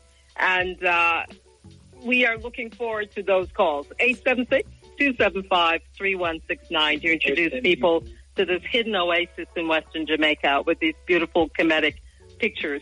Okay, brilliant. Thank you so much, Oshun. Thank you so much, Brother Theo. We'll hear much more from you. And by the way, congratulations again to the ladies who are going to be the queens, who are going to be honored on Sunday. Thank you so much for the honor. Thank you both so much. And we'll talk again. Congratulations to you. One love. Right. Okay. in this time, it's all falling into place. It is a demonic system. It's a devilish time. It is a cruel, insidious and sinister system that they're about to unfold on us. But it has various elements, and the language that they use is all the same.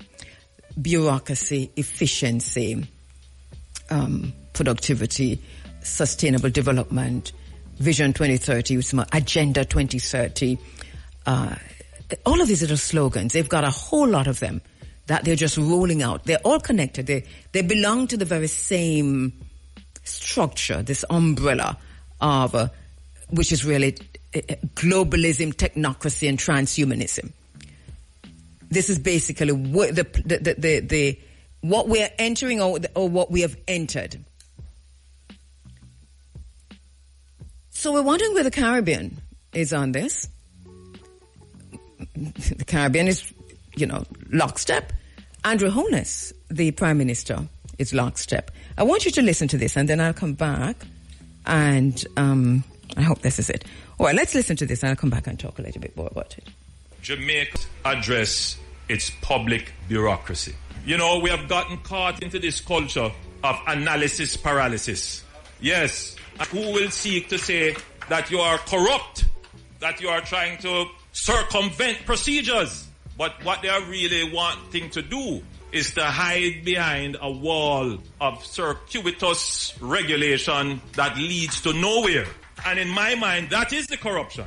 It has no bearing on whether or not things are delivered quickly, whether or not the farmers benefit, whether or not the customer is served, no benefit to them. And we are going to destroy that. We are going to break down that wall of unnecessary bureaucracy.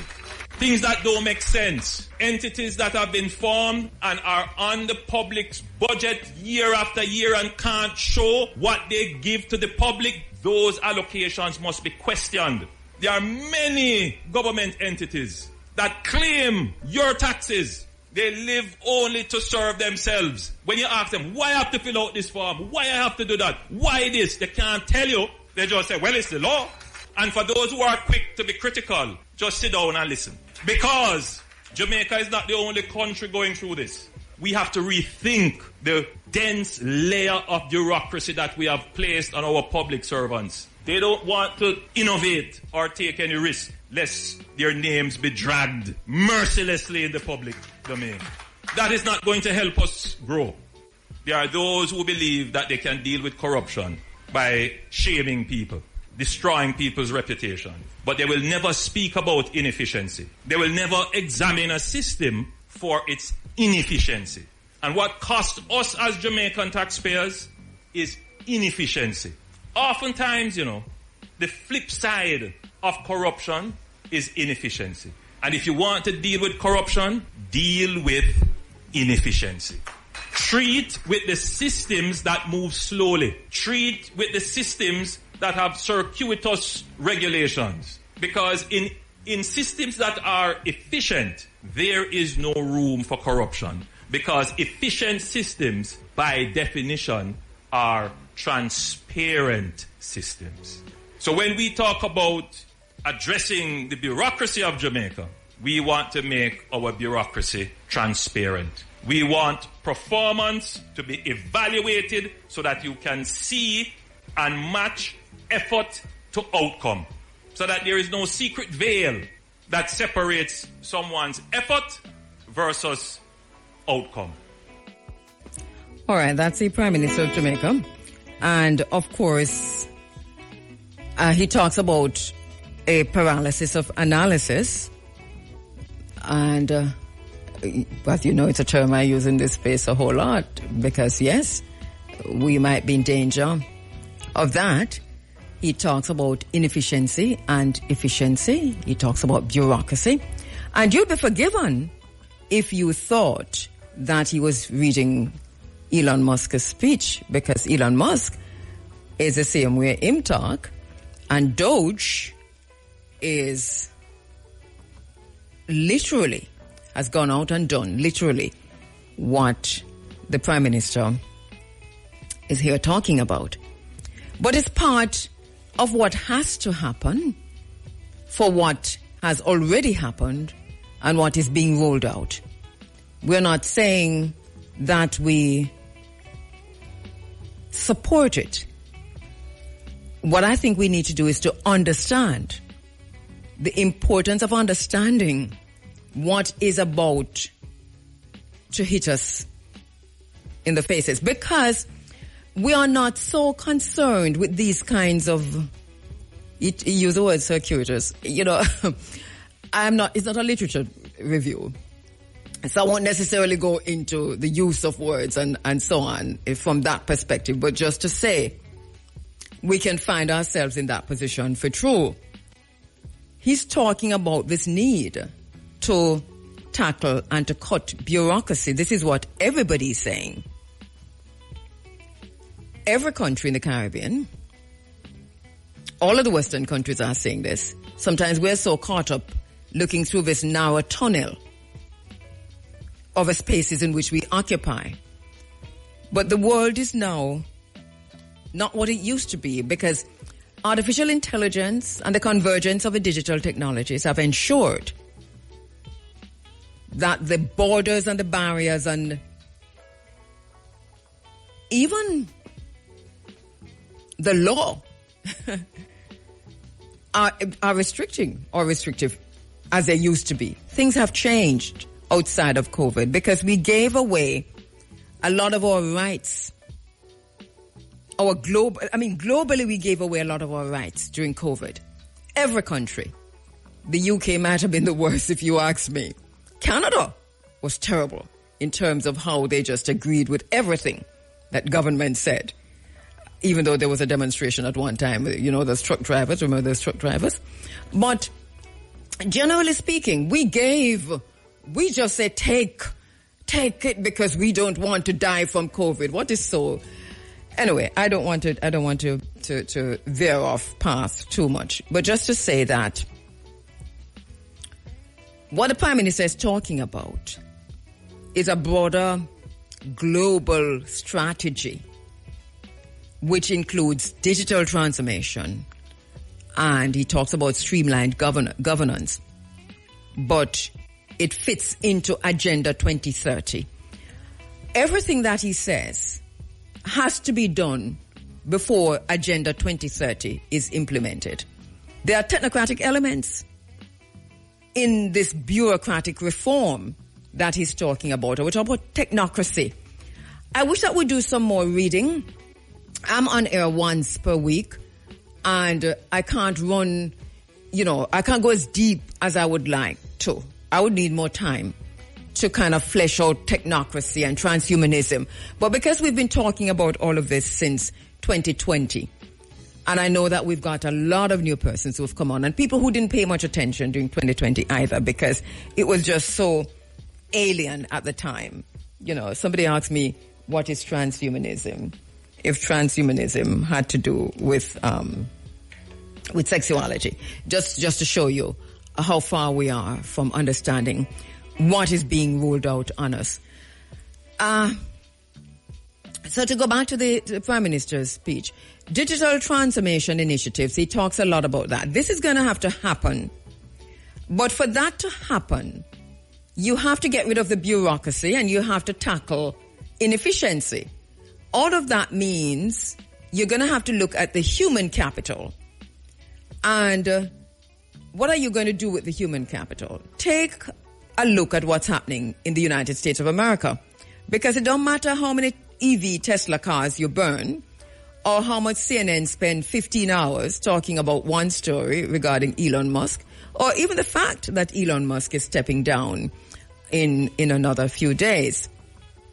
The question to ask is, did Elon Musk achieve what he went to do at Doge? How many agencies were scrapped? How many people were made redundant or lost their jobs? What did Doge do exactly? And then you have to kind of peel away everything from CNN and everybody else who's reporting on this to find out what really happened. We know that the education department literally was scrapped. And lots of people lost their jobs. They're not going to get them back. a very similar thing is going to happen here in Jamaica. People in the public sector are going to lose their jobs. There's a reason for that. It's because of the digital transformation initiatives that the Prime Minister is talking about. The establishment of the Information and Communications Technology Authority, consolidating eGov Jamaica Limited and the Office of a Chief Information Officer. He talks a lot about efficiency, and we had the appointment of Senator Audrey Marks as Minister without portfolio for efficiency, innovation, and digital transformation. They are telling us what they're about to do. And this, of course, reflects what the technocratic approach. So when we talk about technocracy, we see Jamaica moving now to put that into play. So I want us to pay some attention to that. What is the mandate of Senator Audrey Marks? Do we know? Jeanette Calder was on earlier talking about MP's performance job description. Now, that's one thing. But we also have some ministers with some portfolios that are strategic to moving us into the new economic world order, or the new world economic order, the new world order. This is basically where we're heading. But it is already defined for us. This is not our vision. It was never our vision. Agenda 2030 was never our vision. We've been saying that from the minute they published this agenda. I don't have to go over the whole thing. But Agenda 2030 is being fast-tracked. And all the players are on the board. No matter who resigning. Even if Pete Hegseth resigned today, all the players remain on even if Warren Buffett steps down, he has to step down. Even if Klaus Schwab steps down. It's interesting because there are going to be two conclaves. One in Rome and one in Switzerland. And you'd be surprised at who is behind the new hire at the World Economic Forum. And who will be behind the ultimate hire at the World Economic Forum. It is all in place. So, you know, the more things change, the more things change. All right, so the question I'm asking, what's the mandate of Audrey Marks? And we've heard before about speed. Yeah, then upon speed. Streamlining the process for efficiency and economic development. That initiative. The reforms that we just heard the Prime Minister talk about in the public sector. And if you listen closely, we have to spend some time listening to the people who matter, who are talking. The Prime Minister is not hiding anything really, you know. He's saying it loud and clear, but we're not paying attention.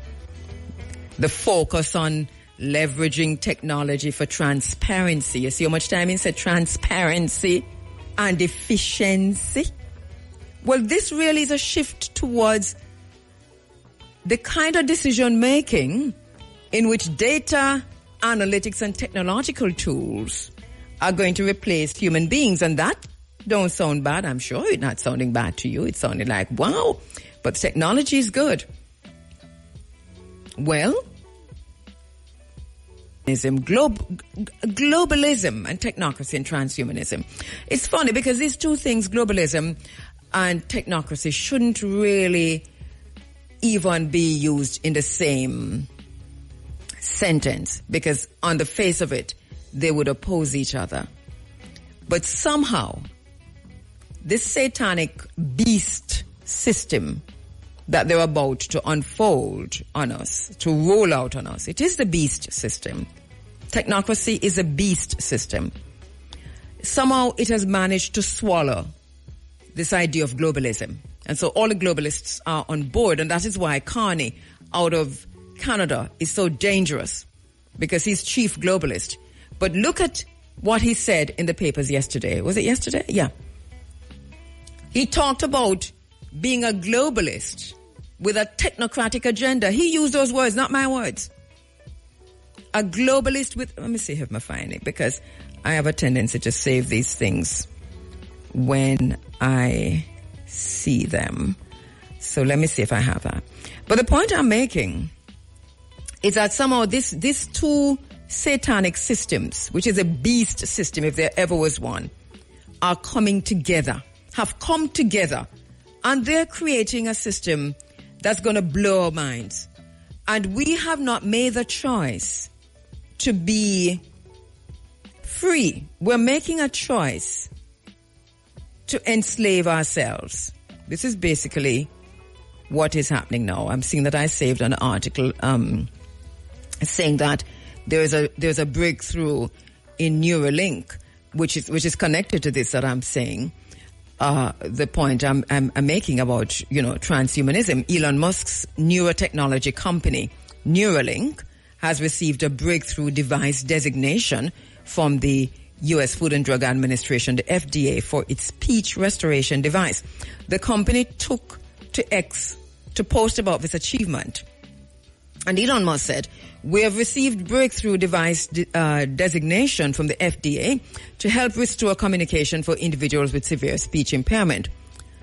And it goes on to say, the company claims that the device would help people who are affected by amyotrophic lateral sclerosis, ALS, stroke, spinal cord injury, cerebral palsy, multiple sclerosis, and other neurological conditions. Remember, we told you at the beginning that this is what they're going to say that Neuralink is doing. It is purely for health. But the very same thing that it's using for health and telling you about the neurological this and the that and all of this is really to put a chip in people's brains and to have the chip correcting all of these things and to move you now into man and machine together, which is transhumanism. So so those who can afford to will be chipped because people want to be chipped. So those who can afford to will be chipped. And later on, you're going to be forced to be chipped whether you want it, yes or no. And you won't be able to buy or sell unless you're chipped. And this is not to be, not calling down an apocalypse, but anyway. So, right, so I'm not able to find that article that I was talking about. I'll get it another time. But before we went into the break, we were talking about displacement and reskilling of public sector workers, because Andrew Holness has said Jamaican workers do not have the skills. And so that even though he says, get the skills, right? He's saying we might have to import the skills. And this is where the displacement is going to come in. But importing the skills is not just, on the face of it, yes, it looks like that. But a lot of the skills are going to be digitized and streamlined. And we'll find them in automaton. Everything. So all of these tasks, administrative tasks, in all of these public sector jobs will be displaced. The clerical and the mid-level bureaucratic roles, very vulnerable for redundancy. And this need for reskilling that the Prime Minister is talking about. How are you going to reskill? Digital literacy, data management, ICT competences. If you don't do that, then there's going to be mass unemployment. So we have what we call a technocratic tension.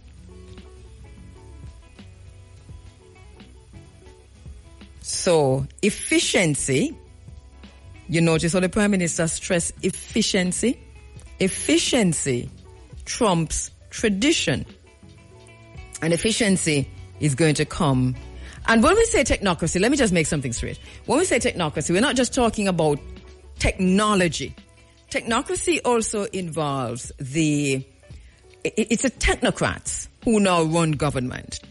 It's not the usual politicians that you know. It's a technocratic expert, like a Dr. Fauci.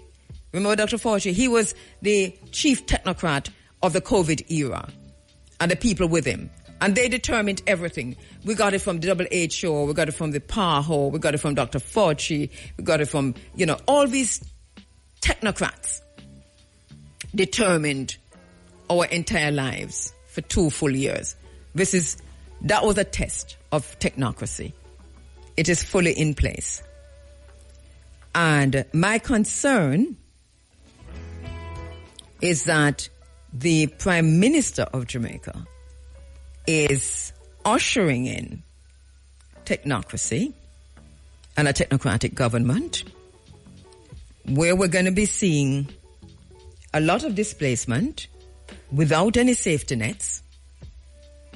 And we're going to get cussed out for it. We're going to say that analysis of paralysis or paralysis of analysis and circuitous and all the PhD words that the Prime Minister sound like him have a PhD.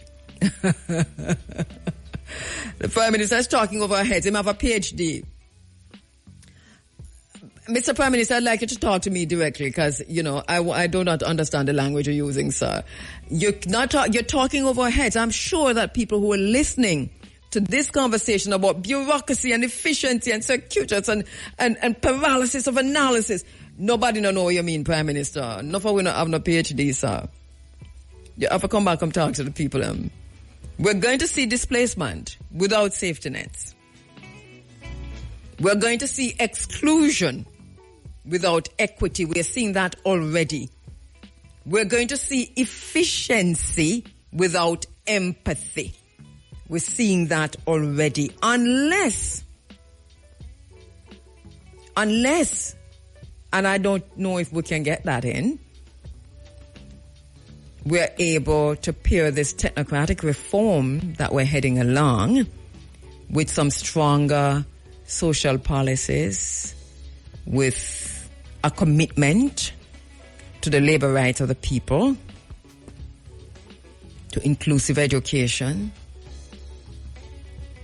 But we're going to feel some pain. We're going to feel some pain because there is no way to go but where they're going unless we the people, because we the people can always stop this. It's artificial intelligence, it's all on everything. Agenda 2030 cannot be achieved, will not be achieved unless all these countries globally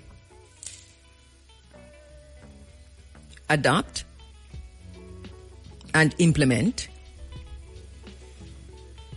artificial general intelligence, unless we reach singularity. It's not possible.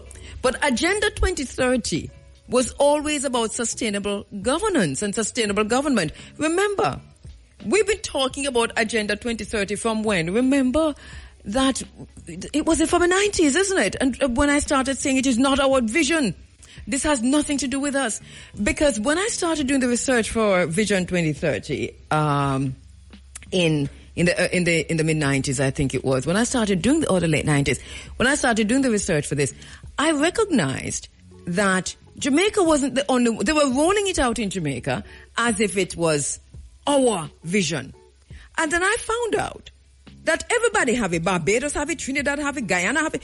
Every single country in the world was talking about Vision 2030. Then I said, they're not full vision this. It is not our vision. So I started looking at it. And then we had a slogan, Jamaica, a place to raise children and be happy. Work, raise children and be happy. Something to that effect. And I kept saying, we lost sponsorship for it. Remember, we did lose a big sponsorship for it because I kept saying, it is not our vision. This is a nightmare. Because when you peel away the curtains and look at it, this is a global takeover. We can't just wake up one morning and have the same vision. Even though it's where there's no vision, the people perish. But a full vision is, it's a beast system that they envisioned. And then the World Economic Forum told us that you will have nothing and be happy.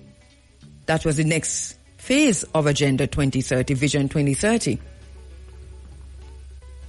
So they're all working in tandem with this. Jamaica has been working in tandem with this for the very longest time. And here we are. Now the United Nations, they've all said, because they're rushing now, this is a race to 2030. And they have to complete it, the smart cities. By the way, if you want to understand what is about to happen, all you have to do is look at China. Remember that. Remember, they're already rolling out the unique identification of all of their members of society. This is and was an integral part of technocracy, you know, this element of technocracy to real. They're talking about the real ID. In America, they're talking about the real ID. Well, the real ID has been the Trojan horse for the very longest while. So this is basically where we're heading. If you want to know what is going to happen in this part of town, in this part of the world, look at China today. China has a dystopian mega city. That city is making half of the world's laptops. This metropolis of 30 million, where the workers do not see sunlight, where they are under 24/7 surveillance. But we hardly hear about that city. China has more than one smart city. Check it. The smart cities in China are up and running and doing, by all technocracy standards, very well.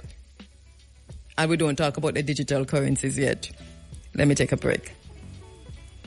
Cuba, you know, when the more sanctions you face and you have to survive, is the more necessity is the mother of invention.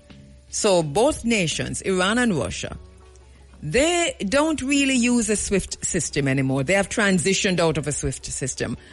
I think America thinks it's you know, and the Bretton Woods institution, that they had something over their heads. But they have managed to bypass the US dollar and the euro. So they've got a direct interbank transfer mechanism going on between them. Then we have the BRIC nations, the BRICS nations. Brazil, Russia, India, China, and South Africa. I know it's not holding up, but it's still in place. And the bank is still in place. And they have the Iran in there on the side. They have the UAU. And these are actively developing financial mechanisms as we speak to reduce their own dependency on the US dollar. So, and this is why we had to march for Burkina Faso, because Burkina Faso has the gold. And this is why they killed Gaddafi, because Gaddafi was using the gold to bypass this entire system itself. They couldn't allow that. And they have killed many others for the very same thing. So it really is more than a trade war, and it's more than a Cold War. This is a time of change. It's a time of change. We are in the middle of a great change.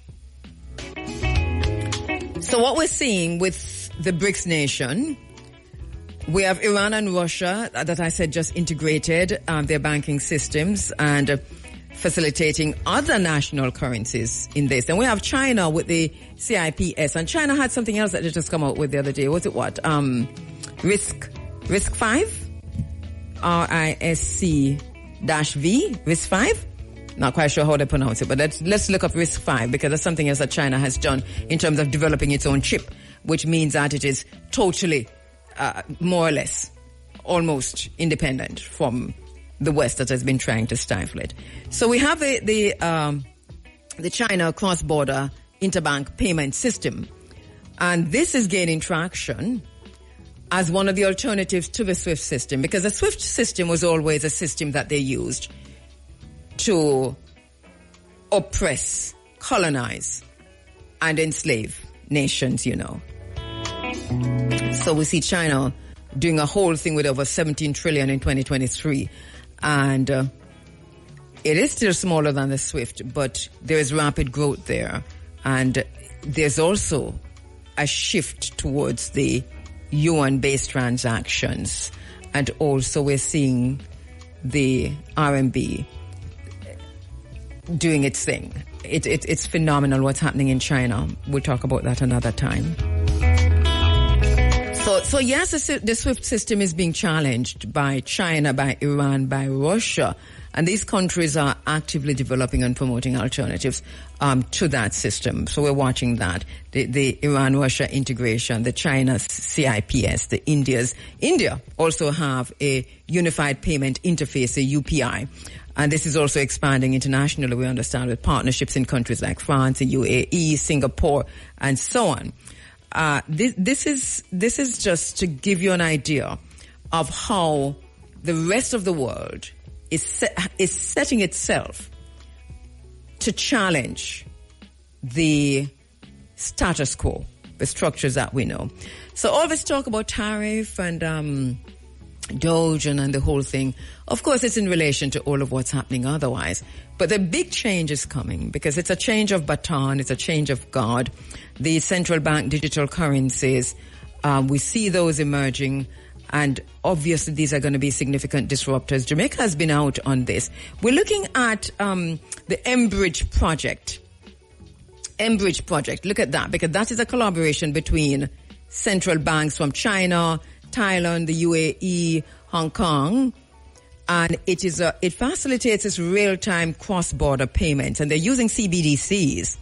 Also, the SWIFT system has its own CDBC initiative that is proactively integrating also into its own network, and they've been through sandbox testing with 38 global institutions. We'll talk about that. There's also RippleNet. RippleNet is collaborating with central banks, including Montenegro, to develop CDBC solutions using blockchain technology and standardized messaging. Look those up, and we can talk some more about how we are entering this new world economic order. Who is leading it? Because we're seeing this multipolar financial systems. And I know I've heard people saying, no, let's not use multipolar, but this is what it is. This rise of alternate payment system is a big deal. Then we're seeing the geopolitical realignments, countries like China, like Russia, like Iran. That is also a big deal when it comes to the new world economic order. I know I'm rushing a bit. We talked about the technological advancements, and we were talking about the adoption of blockchain and the digital currencies, which we see happening. Where Jamaica is on that, there's a lot of reporting on this. The Financial Times, the Washington Post, they've been covering this. Reuters. If you go through those, and granted they're coming from the West perspective, so you have to go to CGTN and RT and so many others to kind of get a better handle on what is happening around us, and then to say where we are. I know Jamdex is what happened here in Jamaica. So while we're not, listen now, let me just say something. I'm not agreeing with any of this. I'm just kind of laying it out to say that the change has already happened. We are way behind time. We hear the conversation from the Prime Minister. He's also thinking about smart cities. It is what it is. It is going to happen unless we can stop it. But what are we going to stop? Because we don't even know what we're supposed to be stopping. That's a big deal. I can tell you that it is a beast system. This system is a beast system. A system of technocracy and transhumanism. It is what it is. It is run and controlled by artificial intelligence. Artificial intelligence that is sentient. It is what it is.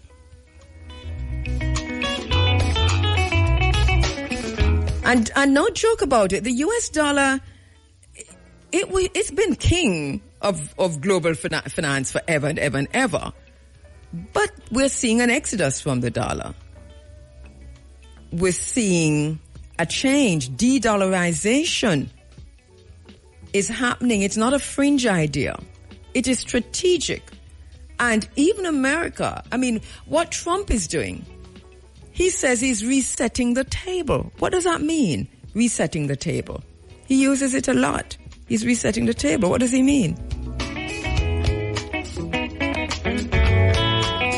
And then I just like to say, out of the Caribbean, I really want to look at the economic impact of to Jamaica and the Caribbean of our own vulnerability to the US dollar, our dependence on the US dollars. What are the implications for stuff that we ourselves have so invested in, for example, tourism and remittances and so on? Because there is a shift, and I'm not quite sure if the region is prepared for this shift. Jamaica, the Eastern Caribbean, countries like the Bahamas. We know we have the sand dollar in the Bahamas, and we have the D-cash in the Eastern Caribbean. But there's still a lot to say about financial education, digital literacy. We're still fighting for equipment, chalk and talk equipment in some places, much less. And we had a test during COVID. I hear the Minister of Education and the JTA talking about artificial intelligence and how that can work in schools. I would say it can't be so hodgepodge and hocus pocus and just over here, so just dashing things. What is the strategy? What is the plan? You can't just roll out AI there so, and AI over there so, and throw some tablets over there so, and people dump them phone, give away and we take it. That's not going to work. That is a formula for slavery. What is the strategic plan that we have for ourselves? Not just in education, but generally agriculture, manufacturing, self-sufficiency.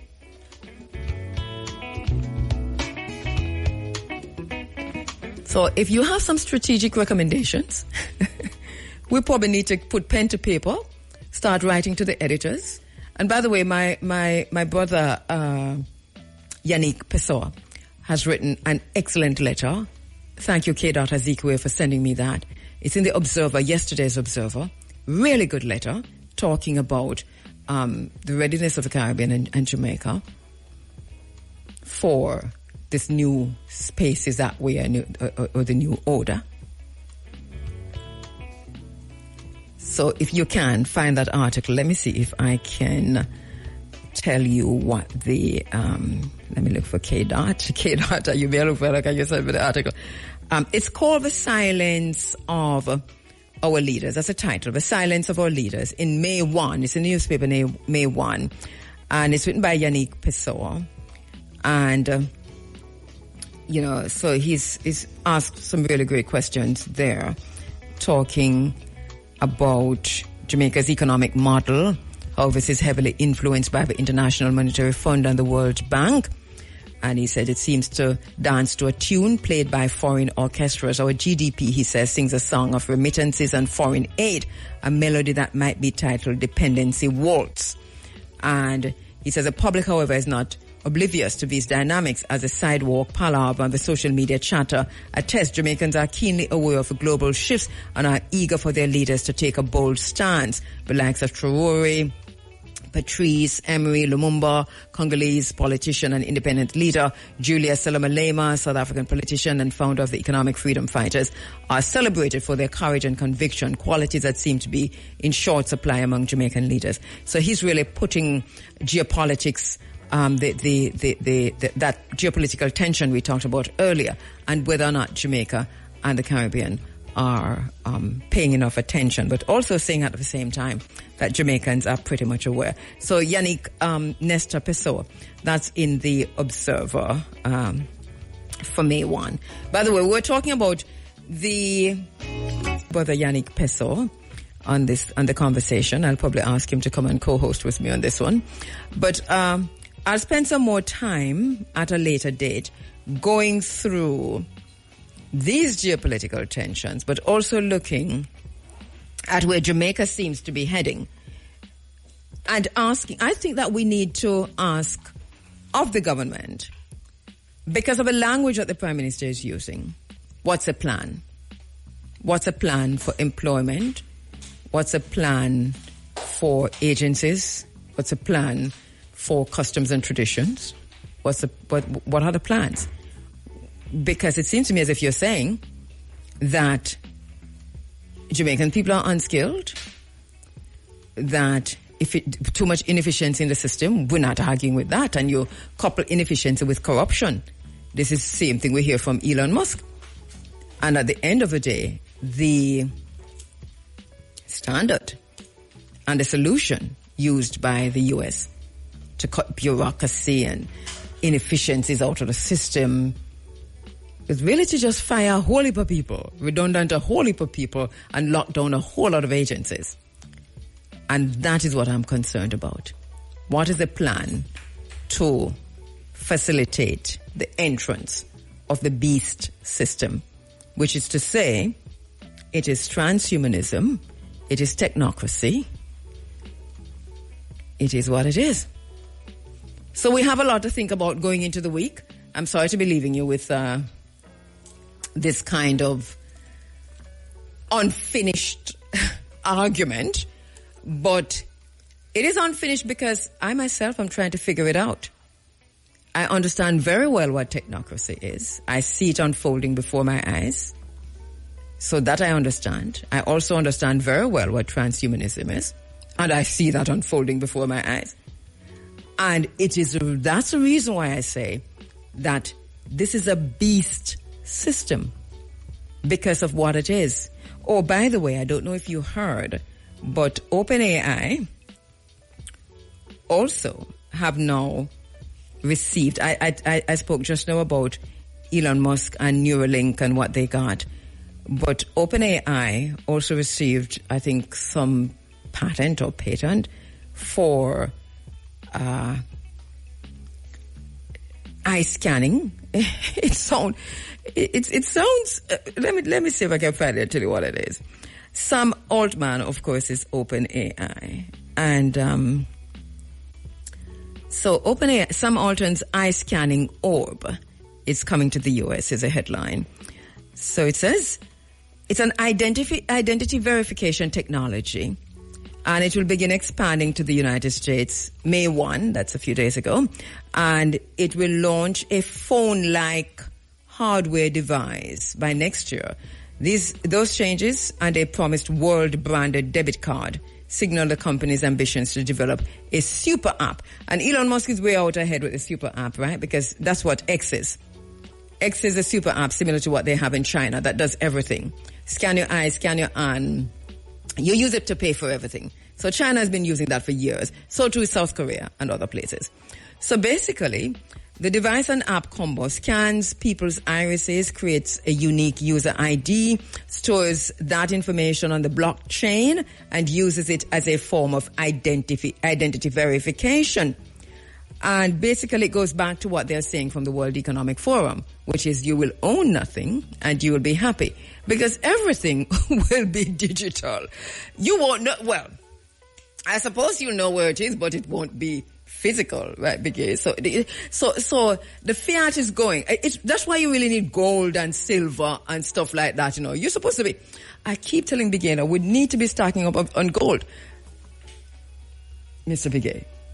We need to be stacking up on gold and silver. It's just that we don't have no money for buy it. But seriously. So this is where we are in the larger scheme of things, which is to say that the change that we are talking about has already happened. Do some research on China and South Korea and so on and see what's happening there. Because if they've already got it, I don't know what we're talking about here. We're kind of fighting like we don't think it'll happen, yes, but it's already happening. China is way out ahead of us. China is in, where are we now? China is in 2077. Right? They're living in 2077. We are still trying to reach Agenda 2030, but all of it is going to ensure that people like us, and when I say people like us, the African diaspora that is not prepared, continental Africa that is unprepared, because we still have to get prepared on continental Africa. The good thing about continental Africa is everything is there. In terms of the minerals, in terms of the land, in terms of the water, we can feed ourselves, and we can do that in the Caribbean too. But we are preparing ourselves for slavery. Just look at how we're dealing with the tourism industry. And that tells you a whole lot. that we are preparing for slavery. It's time now to hand over to Mr. Bigay. It's exam time, and it is also so to the children, students who are doing CXC, children who are doing, what else is out there? CAPE. All the best to you this week. I know exams start for a lot of you tomorrow. Some already had Spanish orals, so I know you're going into an intense 6 or 8 weeks. A lot of you are doing extra classes. Big up the teachers who are not charging for extra classes. Some schools, we understand, are charging for... You are now charging these students extra for your tutoring. That is totally I don't know. 5,000 upwards per day per subject. Per day, per subject. Right.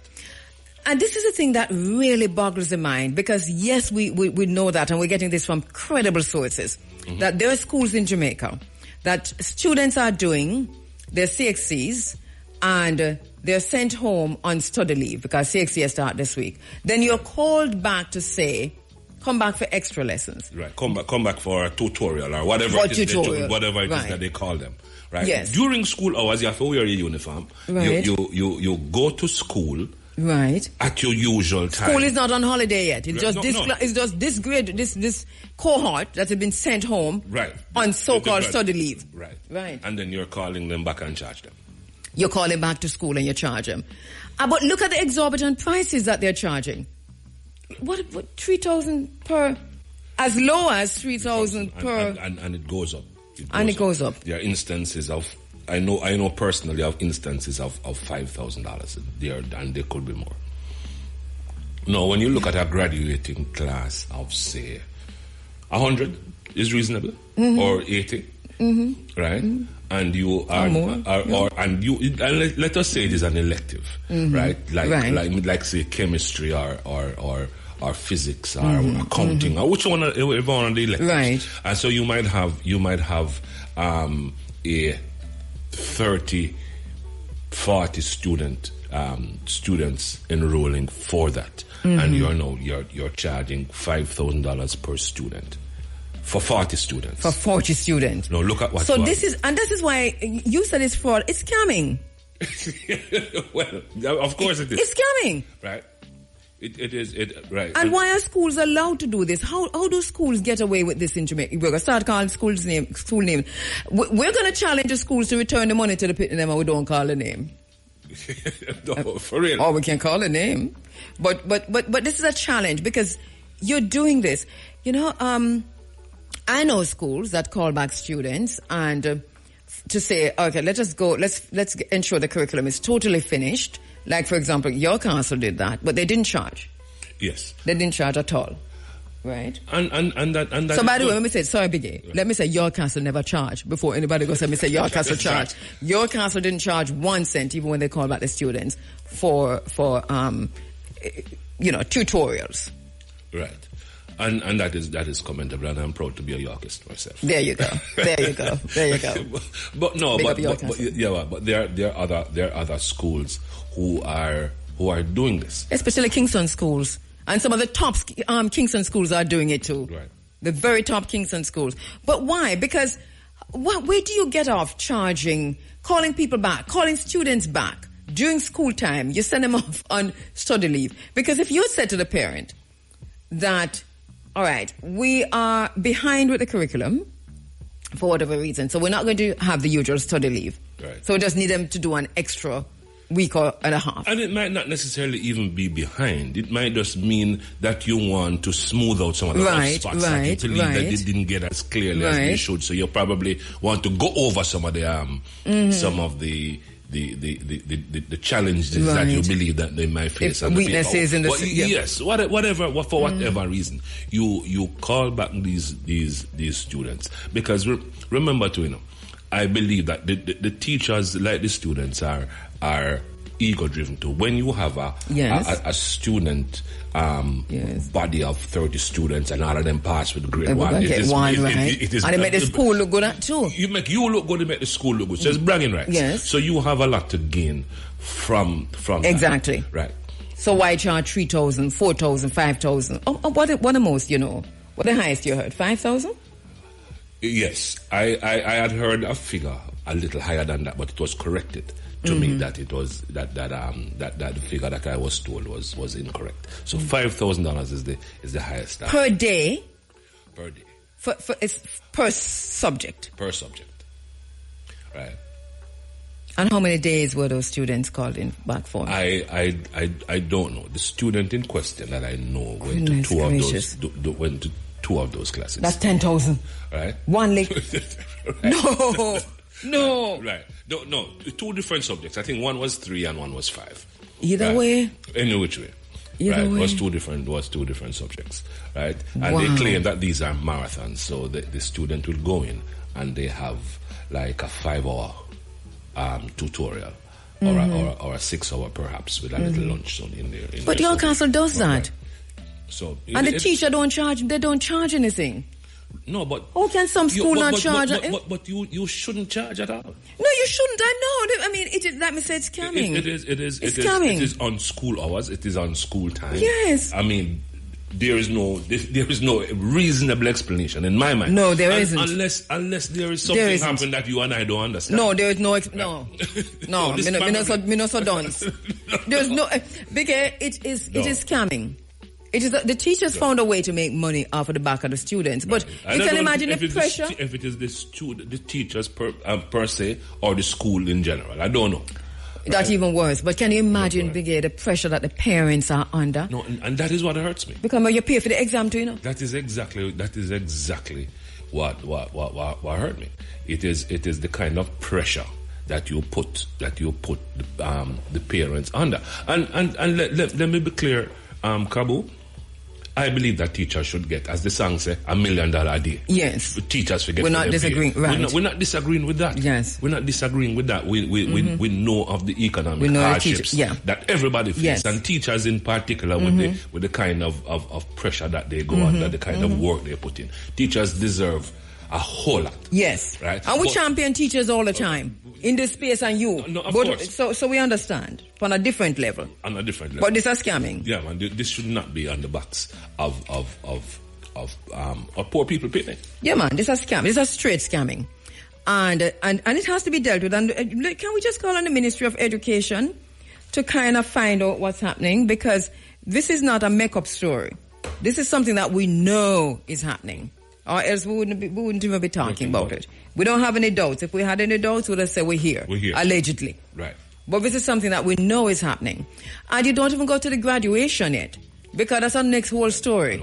Kabu, I don't know why you wake me up this morning. I don't know. No. You know? That is another sore point. That is straight money making for the school. Yes. That is a straight money making event. It's ridiculous and it is for the school. Yeah, man. It is crazy. It's oppressive. No, it is. And because they know that these students are all worked up and the parents too for this grand graduation process. Right. They use it to milk the system. Yeah, man. And you know what's from the photograph package, because some photograph package now for you take before graduation now is some of them are all 20,000, 30,000. They're pretty expensive, and touch the gown, you have to pay for the gown, and when we can understand that you pay for the gown, then you have the parties that come afterwards. Well, the prom, them calling it in some places now. A lot of these schools have their own venues, but they charge you for a venue. No, they have their own auditoriums. Hold on now. And they charge you for a venue. They have. Yes, that's true. They have bought the One Uptown TV. Yo, enough there, me I represent. Bang. Being representing a man for Uptown TV. Bad we bad Gaza, bad we bad. Bad we bad Gaza.